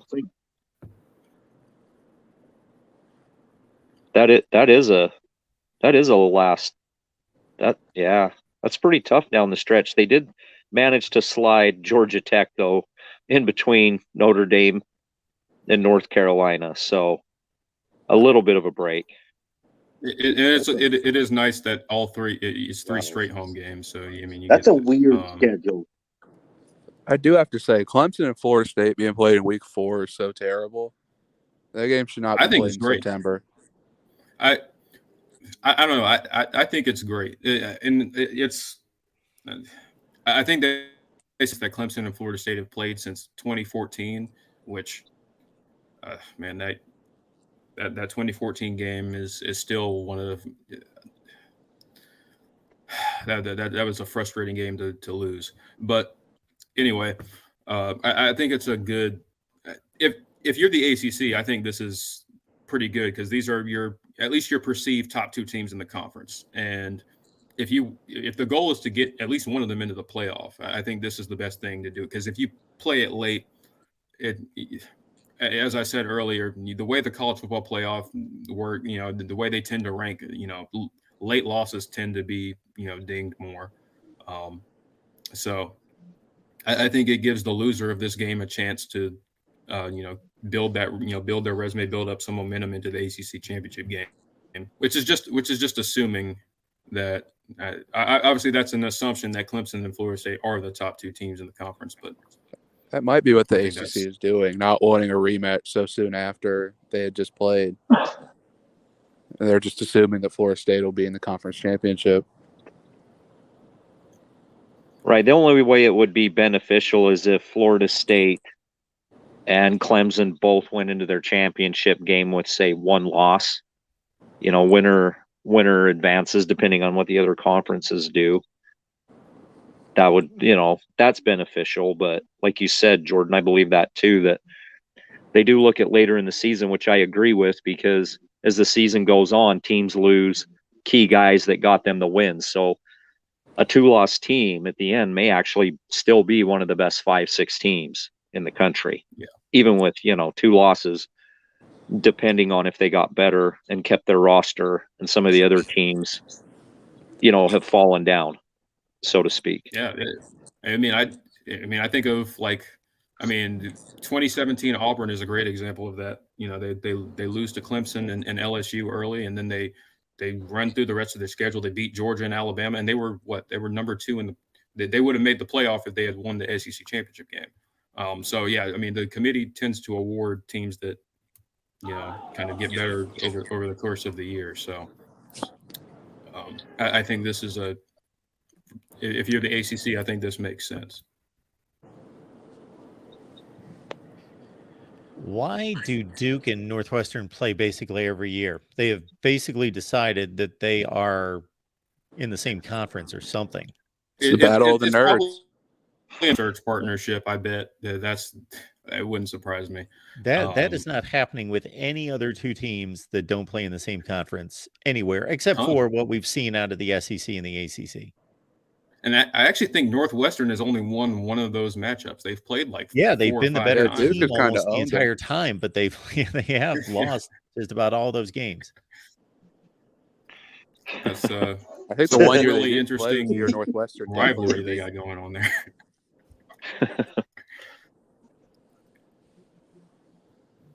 Was Northwestern going to even win a game next year? Maybe they'll manage to beat Southern Illinois, unlike last year. Yeah, they're not traveling to Ireland this year, so I don't know if they can win a game. Yeah, that's is a tough one. And they're not Northwestern playing Scott Frost either. Yeah. Yes. Are they a team, Mark? Northwestern, are they a team that literally it takes them 2-3 years to develop their talent to reach their pinnacle? They're just not a team that has enough talent coming in every year to make a difference. Is that kind of exactly okay? That's how they've always have hit a rut. Yes, and he's done a phenomenal job overall. But man, they're in a rough way right now. Yeah, they had to just miss on some guys because last year is usually the cycle or the year of the cycle in Northwestern where they win like 7 games. Then this year would be the year they win 10. Then they'd go back to 2. I don't know. I mean, maybe this time it was a I don't know, a 3-year kind of or 3 or 4 year cycle, because I mean 2020 they went to the Big Ten championship game, gave Ohio State all they can handle. That was, I mean, but yeah, it's been a rough past 2 seasons. So who knows? Maybe they're ready to cycle back up again. I don't know. This feels a little different though. They look really, really bad. Yeah, it does. You know, they were cycling down with 4-8, 5-7 seasons, but 1-11 and 1 win in the conference twice in the last 3 years, and they're losing to Southern Illinois and Miami of Ohio. Yeah. Oh, they're reaching Vanderbilt. Well, they've actually surpassed Vanderbilt standards because you know the Vanderbilt, you know, they hadn't had a conference win, and you know before this season they hadn't had one since 2018, 19. Yeah, they're kind of reaching that kind of territory right now. Shout out to Vanderbilt though. Now, if Northwestern continued this, would they ever consider firing Fitzgerald, or is he just there? He does seem to be about the most secure coach in college football. You know, who else would survive 1 win in the conference 2 out of 3 years? But yeah, I have to think that there's there's going to be an end to. I know he's a favored son, of course. He's similar to Scott Frost in that he's one of the greatest players in the history of the program. But there has to be an end to the patience at some point. Yeah. This kind of seems like a Duke Cutcliffe situation, though, where they might just think they can't do better. Yeah. Well, is Northwestern a situation like Stanford with Shaw, like just being able to get admittance, get transfers in? You know, is that one of those universities? Because I know they're a very high academic university like Stanford, and it's just hard to get kids into the program to get admitted and transfers. Does Northwestern deal with some of that? Well, sure. I mean, I'm sure. I don't know the inner workings of Northwestern, but so it's. I mean, they're one of the best schools in a pretty academically, you know, strong conference. So yeah, it's going to be hard to get guys in there. just outside of winning currently, he checks every other box. He's a legend at the school. People like and respect him. He's respected across the nation.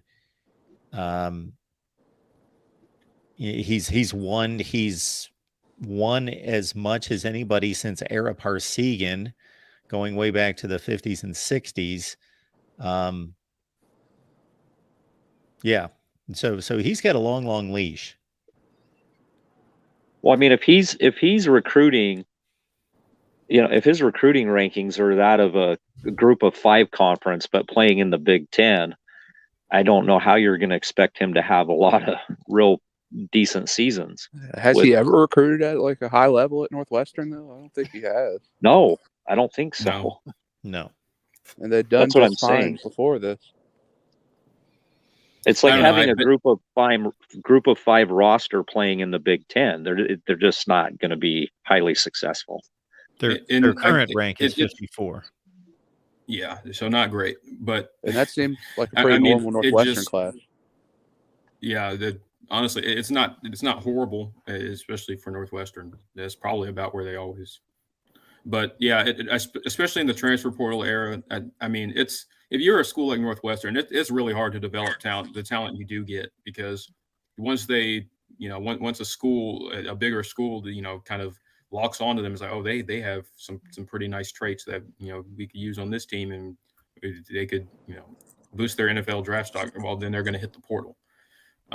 So Northwestern's kind of facing the issues that a lot of G5 schools are facing now. It's like you really can't. If you hit on a guy, he's not going to be staying there their entire career. More than likely, they're probably going to end up at Alabama or Georgia. Northwestern actually lost 2 really great defensive guys, didn't they, to the portal? Joseph that ended up at Notre Dame, and I don't remember the other one. Yeah, that's right. So Jordan's kind of correct in that. I remember hearing one of the top transfer portal guys came out of Northwestern on defense. And it was that Joseph kid. That's right. Yeah. So Brandon, he was really good. They actually produced the only 2 first-round picks in the history of the school in the NFL draft 2 years ago. But I'm looking at their recruiting rankings. About to have another 7 classes are all sitting between 48 and 58. Yeah, that's about right. That's bottom of the Power 5. Close. How many Power 5 college is pretty awful. There are a bunch of Big 12. They could be doing a lot worse, honestly. Yeah, they could be. You're going to see Boston College and Wake with classes in the 60s and 70s. Hey, Wake is even lower than that this year, for sure. Yeah, Wake Forest manages to get it a little bit, but I don't know how they do it. I don't know. Their recruiting classes are awful. Especially the talent they get at receiver. Like it's really strange. It was really strange this season watching Wake Forest and being like, as a Clemson fan, and being like, man, I'm jealous of Wake's receivers. I wish I had Wake's receivers. They're still getting them too. Wesley Grimes is a really good player at Millbrook. He hasn't played yet. Yeah, he's in the Wake Forest system now. But they're still getting those guys. They develop them like nobody else really. As far as I think they're the most. If you account for the school, they're a small private school. Like they have the smallest enrollment in the entire Power 5. They don't have a large alumni base. If you account for all of that, I think Wake Forest is probably the most overperforming program in the Power 5. They really should be a lot worse than they are, but I don't know how they do it. They have the longest bowl streak in the ACC, not named Clemson, and they're consistently solid. They're never terrible. They really have.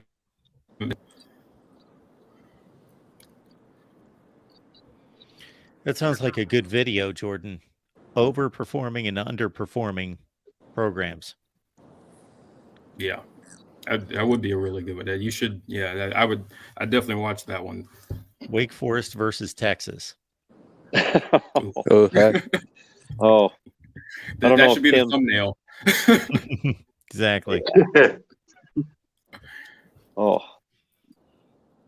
I'm interested to see how I'd good like to Wake play Forest is Texas after Sam again. Hartman. It's been a long time.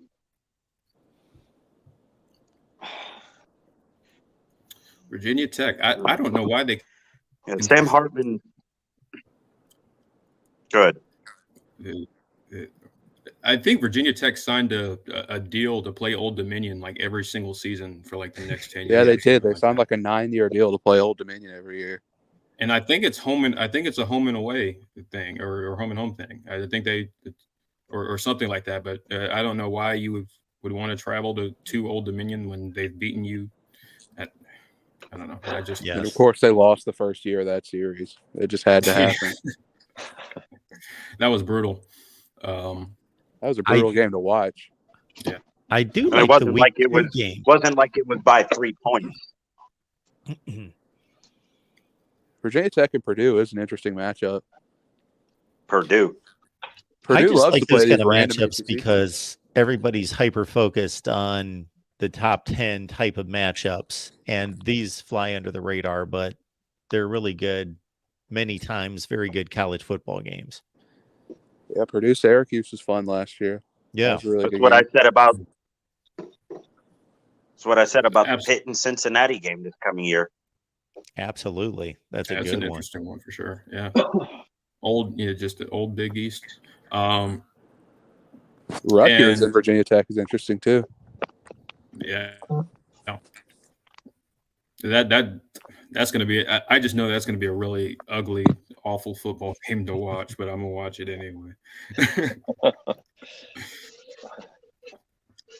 That final score is going to be 13-12 or something. Oh, excuse me. I'd like Pitt to play more Big Ten teams other than Penn State. Yeah, you guys played Iowa home and home, what, about 6-7 years ago? But besides that, there hasn't been much. That was it. Yeah, we split that series too.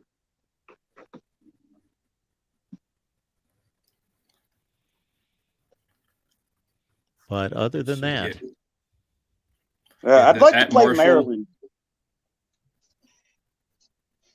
Well, that series should be played, Pitt and Maryland. That's an old.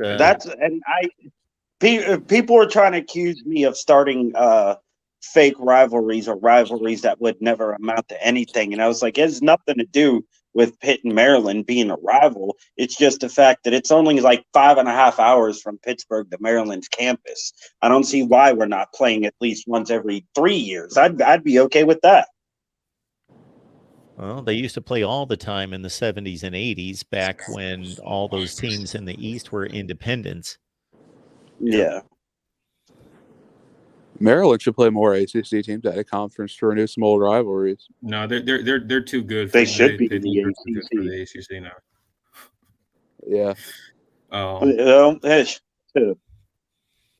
It was really interesting watching them play NC State in the bowl game. It was like a blast from the past.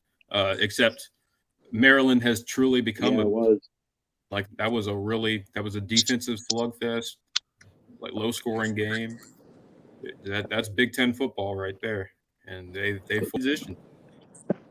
So Maryland doesn't really play Big Ten football usually, though. They did in that. Not game. Usually, but they decided to do it that game. Every team NC State played last year seemed to end up turning into a Big Ten team. We've got Joey jumping in here. Joey, what's going on tonight? What do you say, Mark? I had to come in. I've been sitting here like for 15 minutes just spinning my head about what Talcus Pitt said. Can you hear me? Yeah, we want to hear from you. If it's spinning your head, I want to hear this. Yeah, I'm spinning my head about what Talcus Pitt said. That the West Virginia and Pitt game. I'm curious as to which one he said that's spinning your head. Yeah. Yeah, was it Stanford being in Indiana? Stanford being in Indiana. That was a. So Talcus Pitt, tell me again, West Virginia and Pitt won't matter. That's just a game. Is he saying something anymore? Because I can't even hear him. Well, I'm trying to figure out because from 1985 till 2012, you won 8 games. 8. From 1985 to 2012. And for 5 games in a row, we was beating you I'm sorry, 45 to 13, I'm 45 sorry, to Joey. 11. I'm sorry, Joey. My apologies. I just want to get this clear. From what year to what year did Pitt win 8 From games?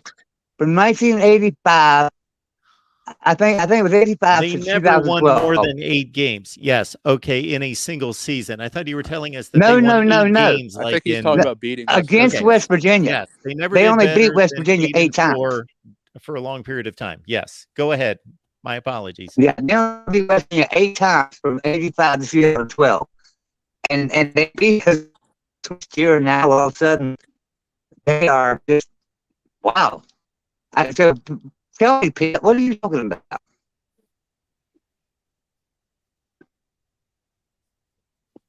Talk is Pitt. You with us? Am I the only one having problems? I'm here. So if I can interpret for Joey, in case you didn't hear him, what I believe he is saying is basically, if you look at wins and winning percentage, there's not a big distinction between Pitt and West Virginia. And if anything, West Virginia's had the better football program over the past 30 or 35 years. So why would Pitt be looking down at West Virginia? We're not even talking about West Virginia. That's how irrelevant they are.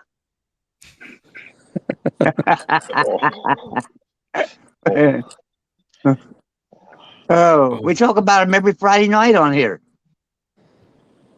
Well, not me. Y'all talk about them. I don't. I mean, to be honest, you're not even a threat. West Virginia is not even a threat. You're like a gnat that just won't go away. How in any way, I'm a neutral bystander in this. I have no fight in the game, no dog in the fight. How in the world, Talk is Pitt, can you talk about West Virginia's football program sitting at the place where Pitt football has operated for the last pick your number of years? Do you remember Walt Harris? This is not an Alabama fan talking to a Kansas fan. Pitt, do you remember Walt Harris? Yeah, I remember Walt Harris. Case in point, man. Hey, it's still, you guys can try to throw whatever statistic. West Virginia's done this. West Virginia's done that. At the end of the day, to a Pitt fan, it's not going to matter what you do unless you beat us. Oh, my goodness. Well, matter of fact, you guys didn't even make a bowl game. How is West Virginia supposed to beat Pitt over the last 12 or 13 years when they didn't play? Well, I mean, even though they didn't play, it's still going to take them another 25 years to even get anywhere near close to the amount of wins we have in the series. We have a 22-game lead in the series still. I knew that was coming. What is the series record in the last 20 or 25 meetings? Last 20 or 25, I think West Virginia, it's in the favor of West Virginia. 18 and 20 and 18. It's either 18 and 9 or 20 and 9. It's one of them two.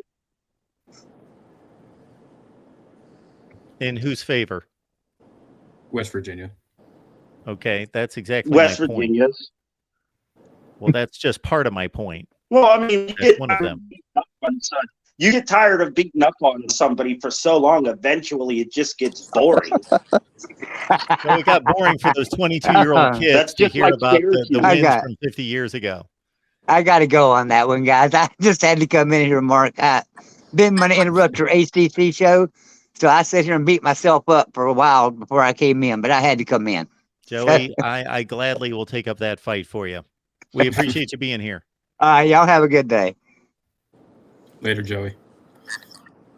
It's our guy, Joey. We've got a few more hanging in here. We want to keep these guys. West Virginia still and will always be irrelevant. Talk is Pitt. You've made that statement about 18 times, and we appreciate Before you being bring here. somebody else on, Mark, I love you being let me just here, say this one but thing real you quick. have had nothing to back that up statistically, factually. All right, we're going to get some fresh blood in here. Does anyone want to jump off? I can jump off. I can Mark. jump off. Oh, Thanks, guys. Appreciate it. You bet. Thanks, Larry. Yeah. Thanks, Gordon. Later, Appreciate you guys showing up. All right. We're going to bring on J Love, and we've got Chris from Spear Addicts showing up tonight. Welcome to the Voice of College Football, guys. Appreciate it. Good to have some ACC guys here Yes, as sir. well to talk up. Now we've got representation from Pitt, North Carolina, Miami, and Florida State. So, Chris, your thoughts about the schedule release tonight?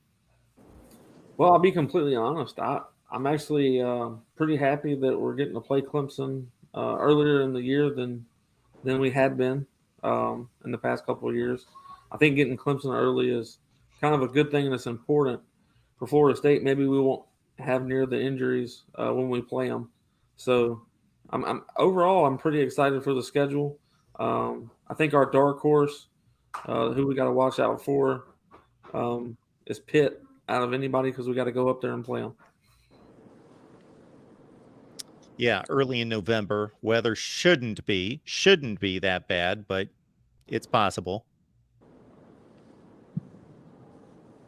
J Love, What's up, Mark? what do you got for us tonight? What's going on? Appreciate you being here. Oh my gosh, I'm depressed. This schedule. Uh-oh. Yes, this is a brutal schedule. But at least we get some good home games. For the past couple of years, we've been complaining that we get sorry home games. Well, we got exactly what we asked for. Oh my gosh. But this will be fun. This will be fun. And what the gentleman said before, Pitt has to be the favorite because of the schedule, how they're scheduled. They don't play us. They don't play Clemson. If they can handle their business against Florida State and North Carolina, they should be fine. That's my only issue. Like, whoever doesn't have to play the three of Clemson and Florida State and maybe Miami, well, if Miami does well, they're basically in the driver's seat. That's kind of odd to see Miami showing up against Miami of Ohio on a Friday night to start the season. Battle for the real Miami. Yeah. That's Blake James for you. You can't blow that one.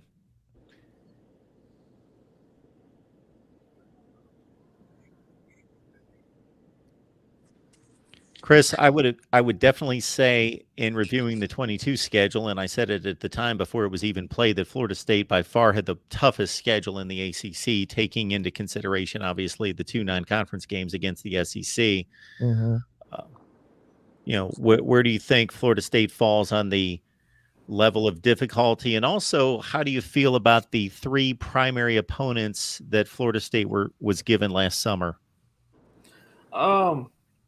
I would definitely agree with you. For last year, 2022 schedule for Florida State was by far the strongest. This year, I'm going to look at everyone's schedule before I state that exactly where we are, but I don't believe that we have the toughest schedule this year. We do have the 2 SEC out-of-conference opponents again with LSU and Florida. But with them taking the divisions away, it gave us the opportunity to play against, a couple of teams that we don't always get to see, like Virginia Tech. I'd rather play Virginia Tech than probably North Carolina, even though we haven't had a problem with North Carolina. But all in all, I'm pretty ecstatic about what we've got set up here. The only thing that worries me a little bit on this particular schedule is how close Miami and Florida are to each other. It's not that I don't think that we can win both games. It's the fact of high emotions coming off of the Miami game, because you have Miami, then it's North Alabama, which maybe you overlook them and something goofy could happen. But, directly after that, you're playing against the Gators. High emotion again for being that, that rivalry. So those 2 games being close would be my only argument, so to speak. And I'm glad that we have a little bit. I think that Duke could help strengthen that. Sounds crazy to say this, but Duke's actually helping strengthen our schedule with that win. Because I think Duke, before we get to, 1, 2, 3, 4, before we get to week 6, because it looks like week 5 we've got a bye. So by the time we get to week 6, I expect Duke to be ranked in the top 25. And I think that if we beat them, that gives us a better strength of argument.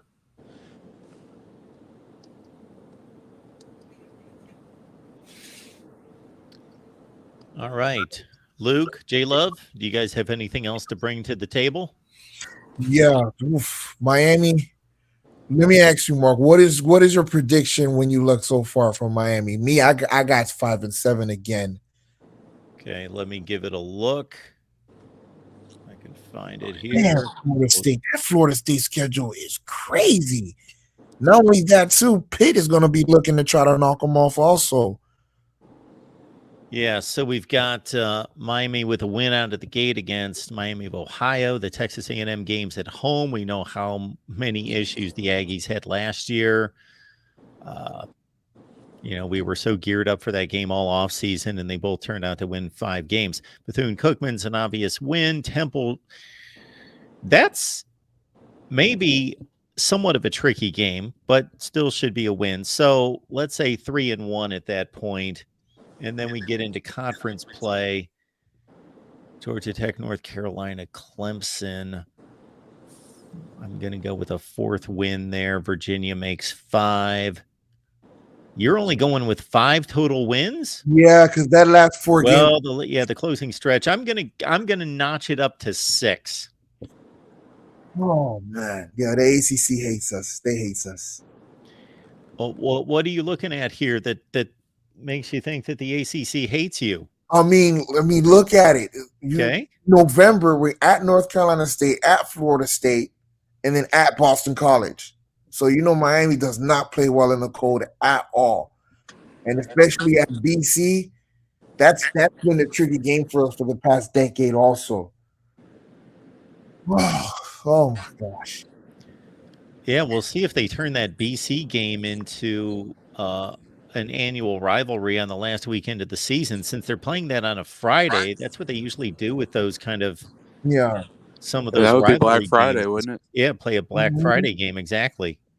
Maybe they're trying to stir up Doug Flutie type mojo. Yeah. Well, like I said, we'll see. Mario has to put up or shut up on our end. We can't complain anymore. It's just we gotta come through, man, some way, somehow. I just don't see it. I'm not pretty amped up with how this schedule is. I mean, if it was an even playing field, it'd be okay. But with how Pitt's schedule is set up, like man, they're in my opinion, they're in the driver's seat. Them and Virginia Tech, if Virginia Tech can find a way. But Jesus Christ. Well, Virginia Tech's got an awful roster. They've got a long ways to go. So it doesn't really matter who they play at this point. They're digging out of a hole. And keep in mind, J-Love, that the top 2 teams make the ACC Championship game. So this is not about winning the Coastal. Yeah. That's what I'm saying. That's what I'm saying. The strength of schedule means more than ever.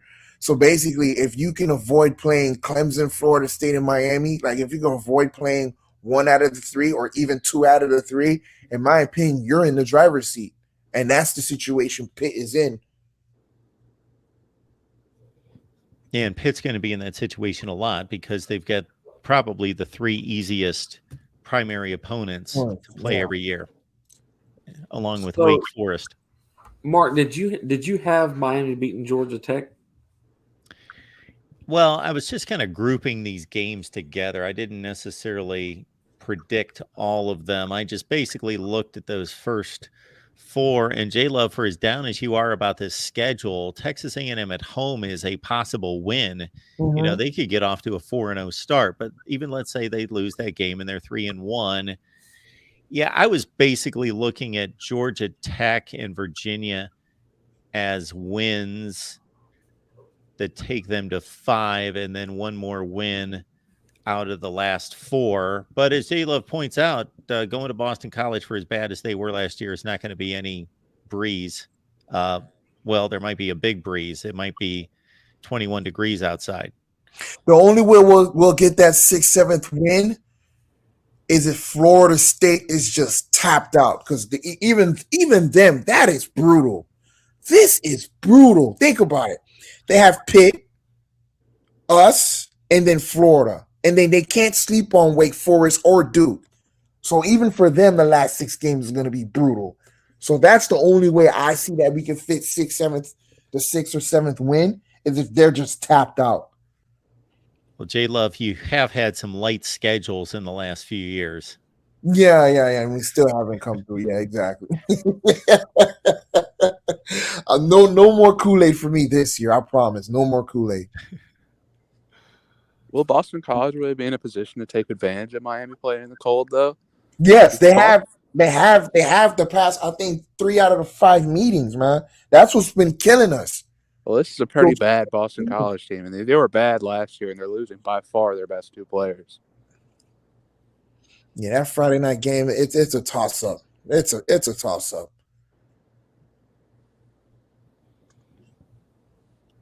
I think you guys. I mean, to be honest, I think you could have a chance at Boston College. You could also have a pretty good shot at Virginia, in my opinion. I don't know if you've got yourself losing against Virginia, but it does depend on who y'all get as an offensive coordinator. Seeing how y'all just got rid of Gaddis after 1 year. So depending on what scheme you put together, I mean, are we going to see Tyler Van Dyke that we saw last year? Or are we going to see him the last year of Lashley? So just depends on what y'all get, man. I want y'all to be good enough so if we do pull off beating you, that it actually matters more than just the Florida State Miami rival. So I'm rooting for you guys to get. I hope y'all are 6 and whatever it could be. Let's see. However many games, I prefer y'all to only have 1 loss when y'all see us. That would be great. I don't think it's going to happen, but it would be great. Definitely. The issue is in that late part of the season, I mean, you guys were a perfect example. You gotta get that running game going, and that's been an issue for us, man. Especially with the offensive line. Whoever has the best running game, I know Mark already know this. Whoever has the best running game in November is going to take off, man. It's just simple as that, bro. That's my issue. I'm not worried about Van Dyke. I'm pretty sure, especially with the upgrade of our offensive line, is can we run the darn football? Excuse my language. That's what I'm saying, man. Like, let me ask you a question. With this schedule, is durability? Are you concerned about durability, especially with the back-to-back or with this game? Sporadics? For me, yes. Especially with J Trav not, he hasn't played 1 full season without some type of injury. He did pretty decent last year, but he still got injured in that. I forget what game we were playing in, but Louisville, and Rodemaker came in and pulled it off. But yeah, that's why I was saying those games being as close as they were, that worries me a little bit. Oh my God, that's another thing that we need. So, Mark, you're a Big Ten. You're a Big Ten guy. Ohio, I'm a national guy, J Love. I'm a national guy. I talk about everybody. My apologies, bro. My apologies. I meant as an Ohio State, you feel me, fan. Like what advice would you give for us? Is durability has been the swing of things for the past 10, 15 years between Ohio State and Michigan with how the schedule is set up, or you don't think is that so? Are you talking about advice in regards to building the program? Yes, especially how it's going forward and how the schedule is set up. I would say, number one, especially with this offensive coordinator position open, that Mario Cristobal, for as great of a recruiter as he is, and as I think the jury's still out on him as a program builder, he did a nice job at Oregon. He needs to put I know he has a supreme love for the power running game. Yeah. And the offensive line is the most important unit on the field generally. I get that. But he needs to become a little bit more flexible and go out there and get an offensive coordinator that's going to play to not necessarily this team's strengths, but going to play to Miami's recruiting base strengths. And that's speed in space. And that's Florida recruiting. and attract those kind of players. Yeah, definitely. Oh, let's see. Well, let's see in 2 weeks. Let's see in 2 weeks. Jesus. My apologies. This is hectic, man. I'm excited. Hey, love, we haven't even hit February. We don't want you to get stressed out here. Just enjoy it. Don't worry about it. I'm just excited on how the schedule format is. I mean, I was picky about it, but this is exciting, man. This is exciting, man. Like I think everyone still has to find a way to earn it. I mean, there is going to be years like this one with Pitt, but I like it, man. What do you say about it, Sporadic? Like, are you satisfied with this? Like, is this more entertaining than it was before, or? I do think it's more entertaining, to be completely honest. The only gripe that I have, so to say, y'all are probably, which that's not a terrible thing, but y'all are pretty much our only great home game, in my opinion. I don't necessarily like our home schedule. So being a season ticket holder, I don't like the fact that a lot of our home games aren't that great. But as far as opponent-wise, who we have on the entire schedule, I'm extremely pleased with it. I think it makes it more competitive. Yeah. I also think it gives like you said, I think everybody has to earn, has to have the opportunity to earn being the ACC champion at this point, because now it's, like y'all, for instance, y'all play Clemson as well. Let's say that y'all do good enough and you do only lose a game to Clemson. Well, if y'all only lose that game, y'all could play Clemson again in the ACC Championship, because y'all might be the next best team. So I think it's cool on that aspect as well. One other thing that I want to touch on, there was a gentleman that asked in the chat, which I didn't see it until later. He asked what my prediction was for Florida State's year.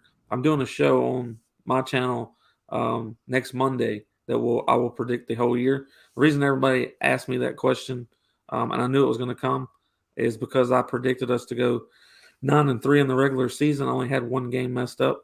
So everybody's asked me for months now, what did I predict us to do for this year? So if you want to follow me and check out the show next Monday, me and Big Game James and Chip Westerly will also be on there, and we'll give y'all our predictions for the entire season. Definitely. I'll definitely tune in. One more question, and in return, this is for both of you guys, and this is like for Pitt. This is theoretical. Let's say in the next 5-6 years, the strength of schedule plays a part where Miami, Florida State, Clemson beats up on each other, and there's always a team like Pitt that gets the uneven part of the schedule. Do you think a change needs to happen? Because how I'm looking at it, it's this is ridiculous. Like let's say in the next 4 or 5 years, the team that does not pull the two out of the big three, do you think it will be valid, or do you think changes will have to be made by then? Well, I guess I'll jump in on this one.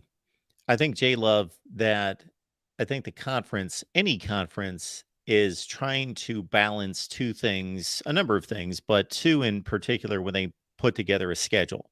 They want to create, just because they're going to draw the best TV ratings, the SEC isn't going to make Alabama play all the best teams in the league, and that's it.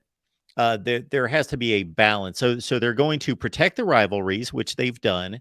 They are going to, number two, try to create scheduling balance to a certain degree. Okay. But they also want to highlight their best teams and their best possible matchups.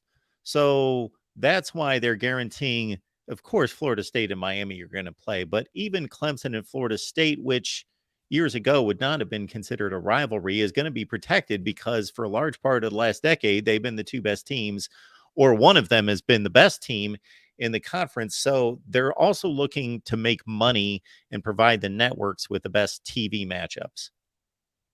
True. Okay, that's a fact. And somebody just pointed out also the recruiting. If the recruiting doesn't match up, then there's no point of complaining. So yeah, that's true. Thank you. Well, thank you, man. I hope to see you guys soon. And Sporadics, I'm definitely going to give you a follow on YouTube, man. And thank you, Mark. Oh, Mark, is the Discord up already? I'm already a member, but I don't see the link for me to join the Discord. Do you have the Discord for your Patreon yet? Absolutely. So How am I going to get that to you?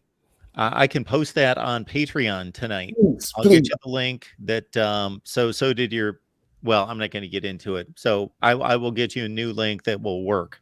All right. Thank you guys so much. And you Thanks, guys, J-Love. Appreciate that. Okay. All right. Well, Mark, I'm pretty ecstatic about the entire ACC conference release. Really, I think they did it, and this is hard for me to say because I haven't been able to say it due to the Atlantic Coast and the Coastal being the way that it was. I always was worried that Miami was going to finally start winning games, and it was going to be really easy for them to be at the top of the list every year. But now that the divisions are gone, I'm actually pleased with what the ACC's done. I think they at least hit a triple. I don't know if it's a home run hit, but they at least hit a triple. It's easy for all of us to poke a hole in the schedule because most fans get on here and they're just hyper focused on their team and they're not seeing the big picture. But if you try to create 3 primary opponents for every team in the conference, you're going to be able to do about 2/3 of it. And then you're just basically filling spots and trying to create decent balance. And you've got a number of things that you're thinking of, and it's not going to be ideal for everyone because some of these schools have been in this conference for so long. You could argue that they've got 4 and 5 and 6 rivals. For other schools, of course, Pitt, Syracuse are the last ones to join, and a few others, Louisville, that there are less ties that they have, and most of their ties go back to the Big East, of course. So there's a lot of factors and I think they've done. I really haven't gone through every school's 3 primary opponents to see if I could poke holes and switch it around to make it better. I doubt that I could because it looks to be fairly airtight. And again, with the old system, you wouldn't see teams for 6 to 7 years because of the rotation in the other division. Now you see everybody at least every other year. So definitely. Yeah, I definitely agree. I know that the ACC has done away with divisions. Is the Big Ten doing away with them this year, or are they wait until next year? They will have divisions this year. I believe the reason that they didn't attack this year was they didn't want to restructure the whole league and then have to add USC and UCLA and have to redo it again the next year. So they are finishing out with their divisions this year, but they haven't released how they're going to approach 2024 and beyond. But the previous commissioner, Kevin Warren, who's stepping down to go to the Chicago Bears, he has basically stated there will not be divisions. Now, I don't know if that's him speaking forth, and now if there's a new commissioner coming in, there could be differences, but I would expect them to go in the same direction. Yeah, I would think that it would be smart. I think that this new way of doing this new format makes things more interesting. Like you said, the old formats every, 6 years or so, you finally get to play everyone. And this way now it's every other year. So I think it makes it more exciting for college football.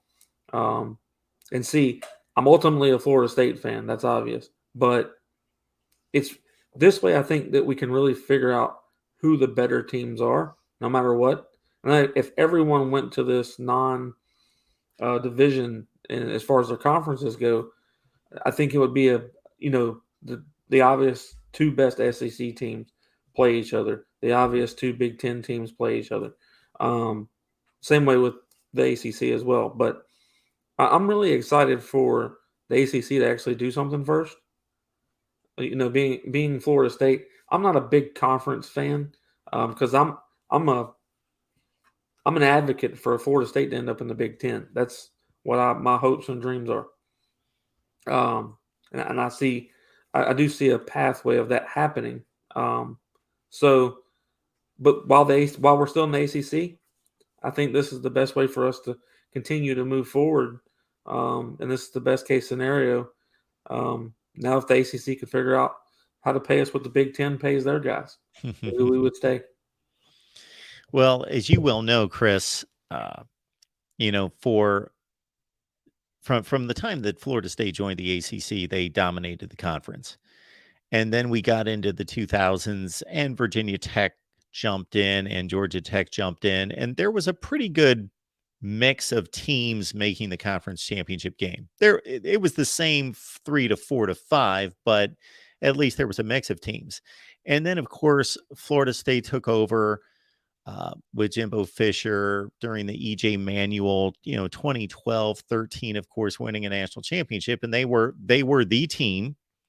And Clemson was clearly the second best team. So for a few years there, you're looking at this Clemson Florida State game played in October and thinking that's the entire season, because they're going to blow through their schedules, and whoever wins that game is going to blow away whoever in the ACC championship game. And basically we saw a shift of power go from Florida State, of course, to Clemson. And in 2015, 16, even to a certain extent, 17, it was a decent game between the two. That Florida State was still the second best team in 2015 and 16, but Clemson just turned out to be the team. And we're still looking at one game and looking at an ACC championship game where you've got the likes of Virginia and Georgia Tech playing with 5 losses, Pitt playing with 5 losses. And now this just brings it into a better place where you're going to see the 2 best teams play in Charlotte, and you're going to see a more balanced schedule. Yeah. Well, I'll bring this up a little bit too, the conversation of how well the head coach at Duke's doing. Do you think Duke could be a surprise team in the ACC this year by any chance? I haven't done a deep dive on Duke, but I got to say that I was extremely impressed. Not just that they went 9-4, but sometimes you'll see a really good coach grab a bad team and he'll be able to squeeze a 7-5 record out of them. But the 5 losses are ugly. Like when he's not able to coach them into a win, they don't have the talent and the wheels fall off, and the losses were really bad. And that's actually something I said about Florida State the last few years, was I was going to evaluate them as they started their upward climb, not just by what their final record was, but was this a good 8-4 where they were competitive in the 4 losses, or did they go out and beat 8 teams like Louisville and Boston College and beat the teams they're supposed to, and then they're not even close to Clemson and some other teams on the schedule? And I'd say the same thing with Duke. What impressed me the most is those 4 losses were all by 1 score. And I caught the fourth quarter of the North Carolina game, and they were that close to winning that game. And if they would have won that game, they would have been playing in the ACC championship game. And they got their quarterback back in Riley Leonard. So I haven't really looked at the personnel past him, but man, Mike Elko did a heck of a job. Yeah, I definitely agree. And I told a couple of the fans that were watching our show earlier, we went from 7:30 to 8:30, and James had stated that our dark horse on our schedule is Pitt, because we have to go to Pitt and play them. And I definitely agree that Pitt, for some reason, Florida State historically doesn't play Pitt great, except for the 13 season. 13, we took care of them fine. But other than that, they've always played us tough. And me seeing Duke play the way that they did last year, that's who my dark horse is, so to say. I think we have more depth and talent than they do, but I think they're very hungry and coached well enough that if we're not playing our A game, they could be a huge problem for Florida State, regardless if we're at home or not. So that's the reason why I asked you about Duke. But moving on to Miami, I mean, a little bit, if you don't mind me asking this question, do you have any idea or maybe a suggestion of who Miami should go after as an offensive coordinator? Because the gentleman that I told them I thought they should go after got picked up by the Chargers immediately after being let go at Dallas. And that was Kellen Moore. He was in the NFL, but I thought Miami might try to make that big move and go after a younger guy that could set up decent enough in college. But the Chargers picked him up really quick. Yeah, and that's not a surprise. Kellen Moore was highly thought of in the NFL. I really don't have anybody off the top of my head. I don't know that Cliff Kingsbury would be a good match with Mario Cristobal, but he certainly would be a interesting choice, and he can certainly develop quarterbacks and he can scheme. But I don't know that he and Cristobal would mesh. Yeah, I really haven't given it much thought past that. That's a name that came to mind just now when you asked the question. Well, and another one, I mean, they already made their offensive coordinator hire, and I think they did a really good job, even though they're our biggest opponent, in my opinion, in Clemson. But them hiring Garrett or Riley, what's his name? Yeah. Is it Garrett Riley? Yeah. With them hiring him, I think that was a good pickup. The only thing that I wonder is, are we going to see a TCU offense 2.0, or are we going to see something completely different with Dabo maybe implementing a little bit more of his style into what Garrett Riley does? Didn't know if you had any takes on that hire or what you think we see out of them. Well, when I look at Big 12 offenses and the ACC, obviously the Big 12 has a big passing reputation. But if you look at the scores from the Big 12 over the past few years, that stereotype has kind of dwindled away. You wouldn't be able to tell Big 12 scores from SEC scores from Big 10 scores. The score of the conference championship game has been in the 20s for about 4 or 5 years in a row. So I don't see how that wouldn't necessarily be a match, or I do think Dabo looks ahead to, he's got a big picture look at Clemson as a playoff team and wants to build a tough minded and offensive line oriented team that can run the ball against better opponents in the playoffs. So I do think he would lean on Garrett Riley a little bit to say, we still want to stick to what we do and what made us what we are. We love all the gadgets and we want to be a high flying offense, but at the core, we still want to be, a strong team in terms of, running the football. I'm not trying to come on your show and interview you, which it kind of seems like that's what I just did. That's all right. But the reason I asked is because I have a lot of similar outlooks, because I have to figure out a way to move my Florida State bias when I talk about other ACC teams, especially Clemson and Miami. And like I've told multiple fans that speak to me from Clemson or Miami, I want them to be good because it means more for us if we win those games. And also it's really good for college football. And that's the ultimate goal, is for college football to be at its best entertainment, which therefore means all of our teams at their best. The team that I guess that I'm wondering about the most is if, and this is switching complete gears, but in Ohio State, if Ohio State doesn't go as deep as they did this year, or maybe even farther by making it to the national championship, do you really feel like Ohio State's going to possibly move on from Ryan Day? Because I see a lot of fans they get really frustrated with almost getting there, almost winning it. And I know Ryan Day's won one, if I'm not mistaken, in 18, right? It was close maybe, but he made it to a national championship game. Made it. Yeah. I mean, do you as a Ohio State fan, do you feel like Ryan Day is the right guy as of now, or could you find someone better? Well, for as much as Ohio State has extremely ridiculous standards and expectations for their team every year, and Ryan Day has even stated it, I understand I took this job knowing I have to win every game. And that's what's expected every year.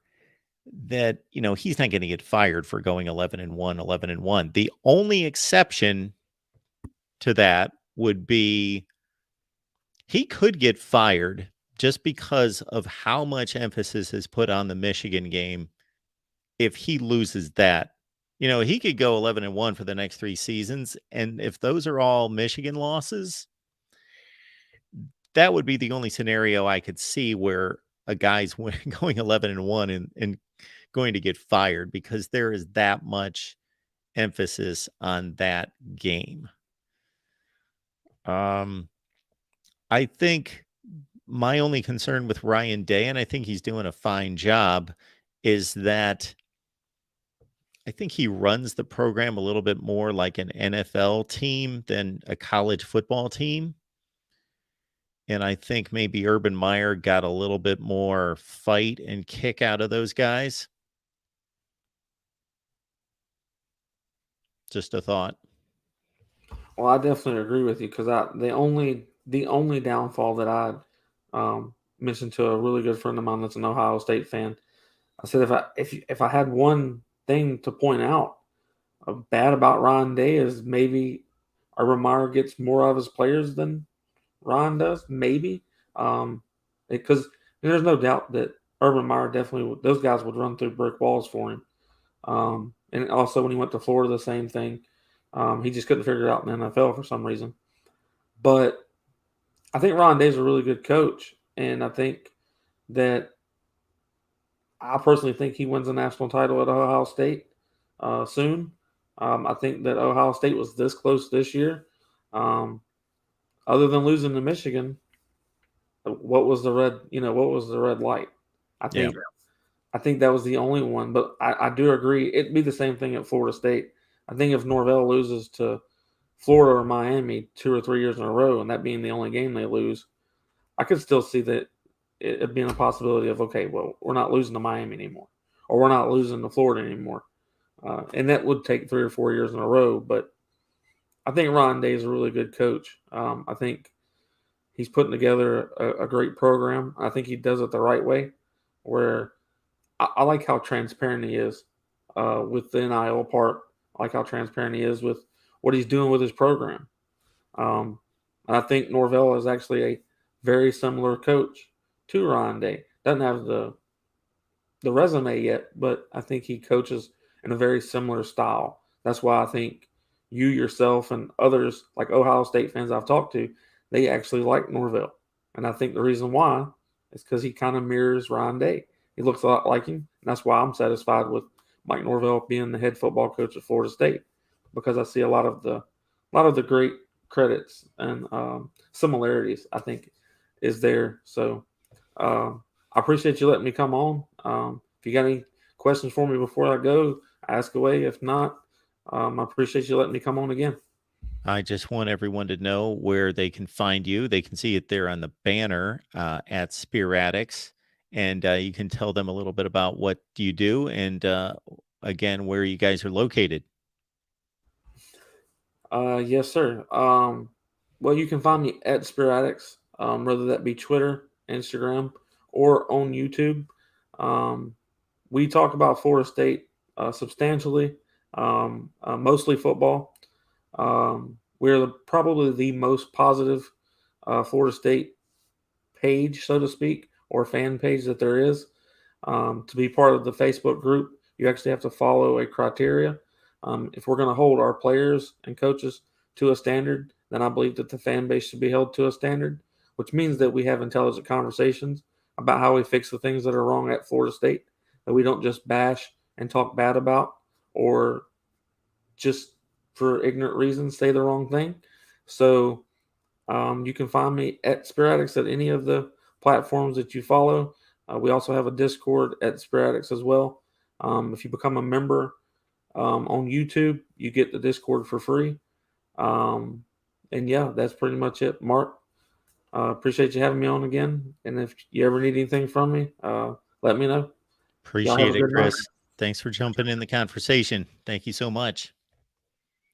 Chris Frazier, Spear Addicts. We had a conversation the other day and posted those videos on our Florida State channel. Also, keep in mind, I just dropped the link in the chat. You can check out Michigan's latest hype video. Not that I care that you would normally check out Michigan's latest hype video, but somebody brought it to my attention. Malachi, thank you so much for doing that this afternoon. That Michigan's latest hype video on Instagram, and they've got like 600,000 followers there. That there's a familiar voice that they put on their hype video there for Michigan.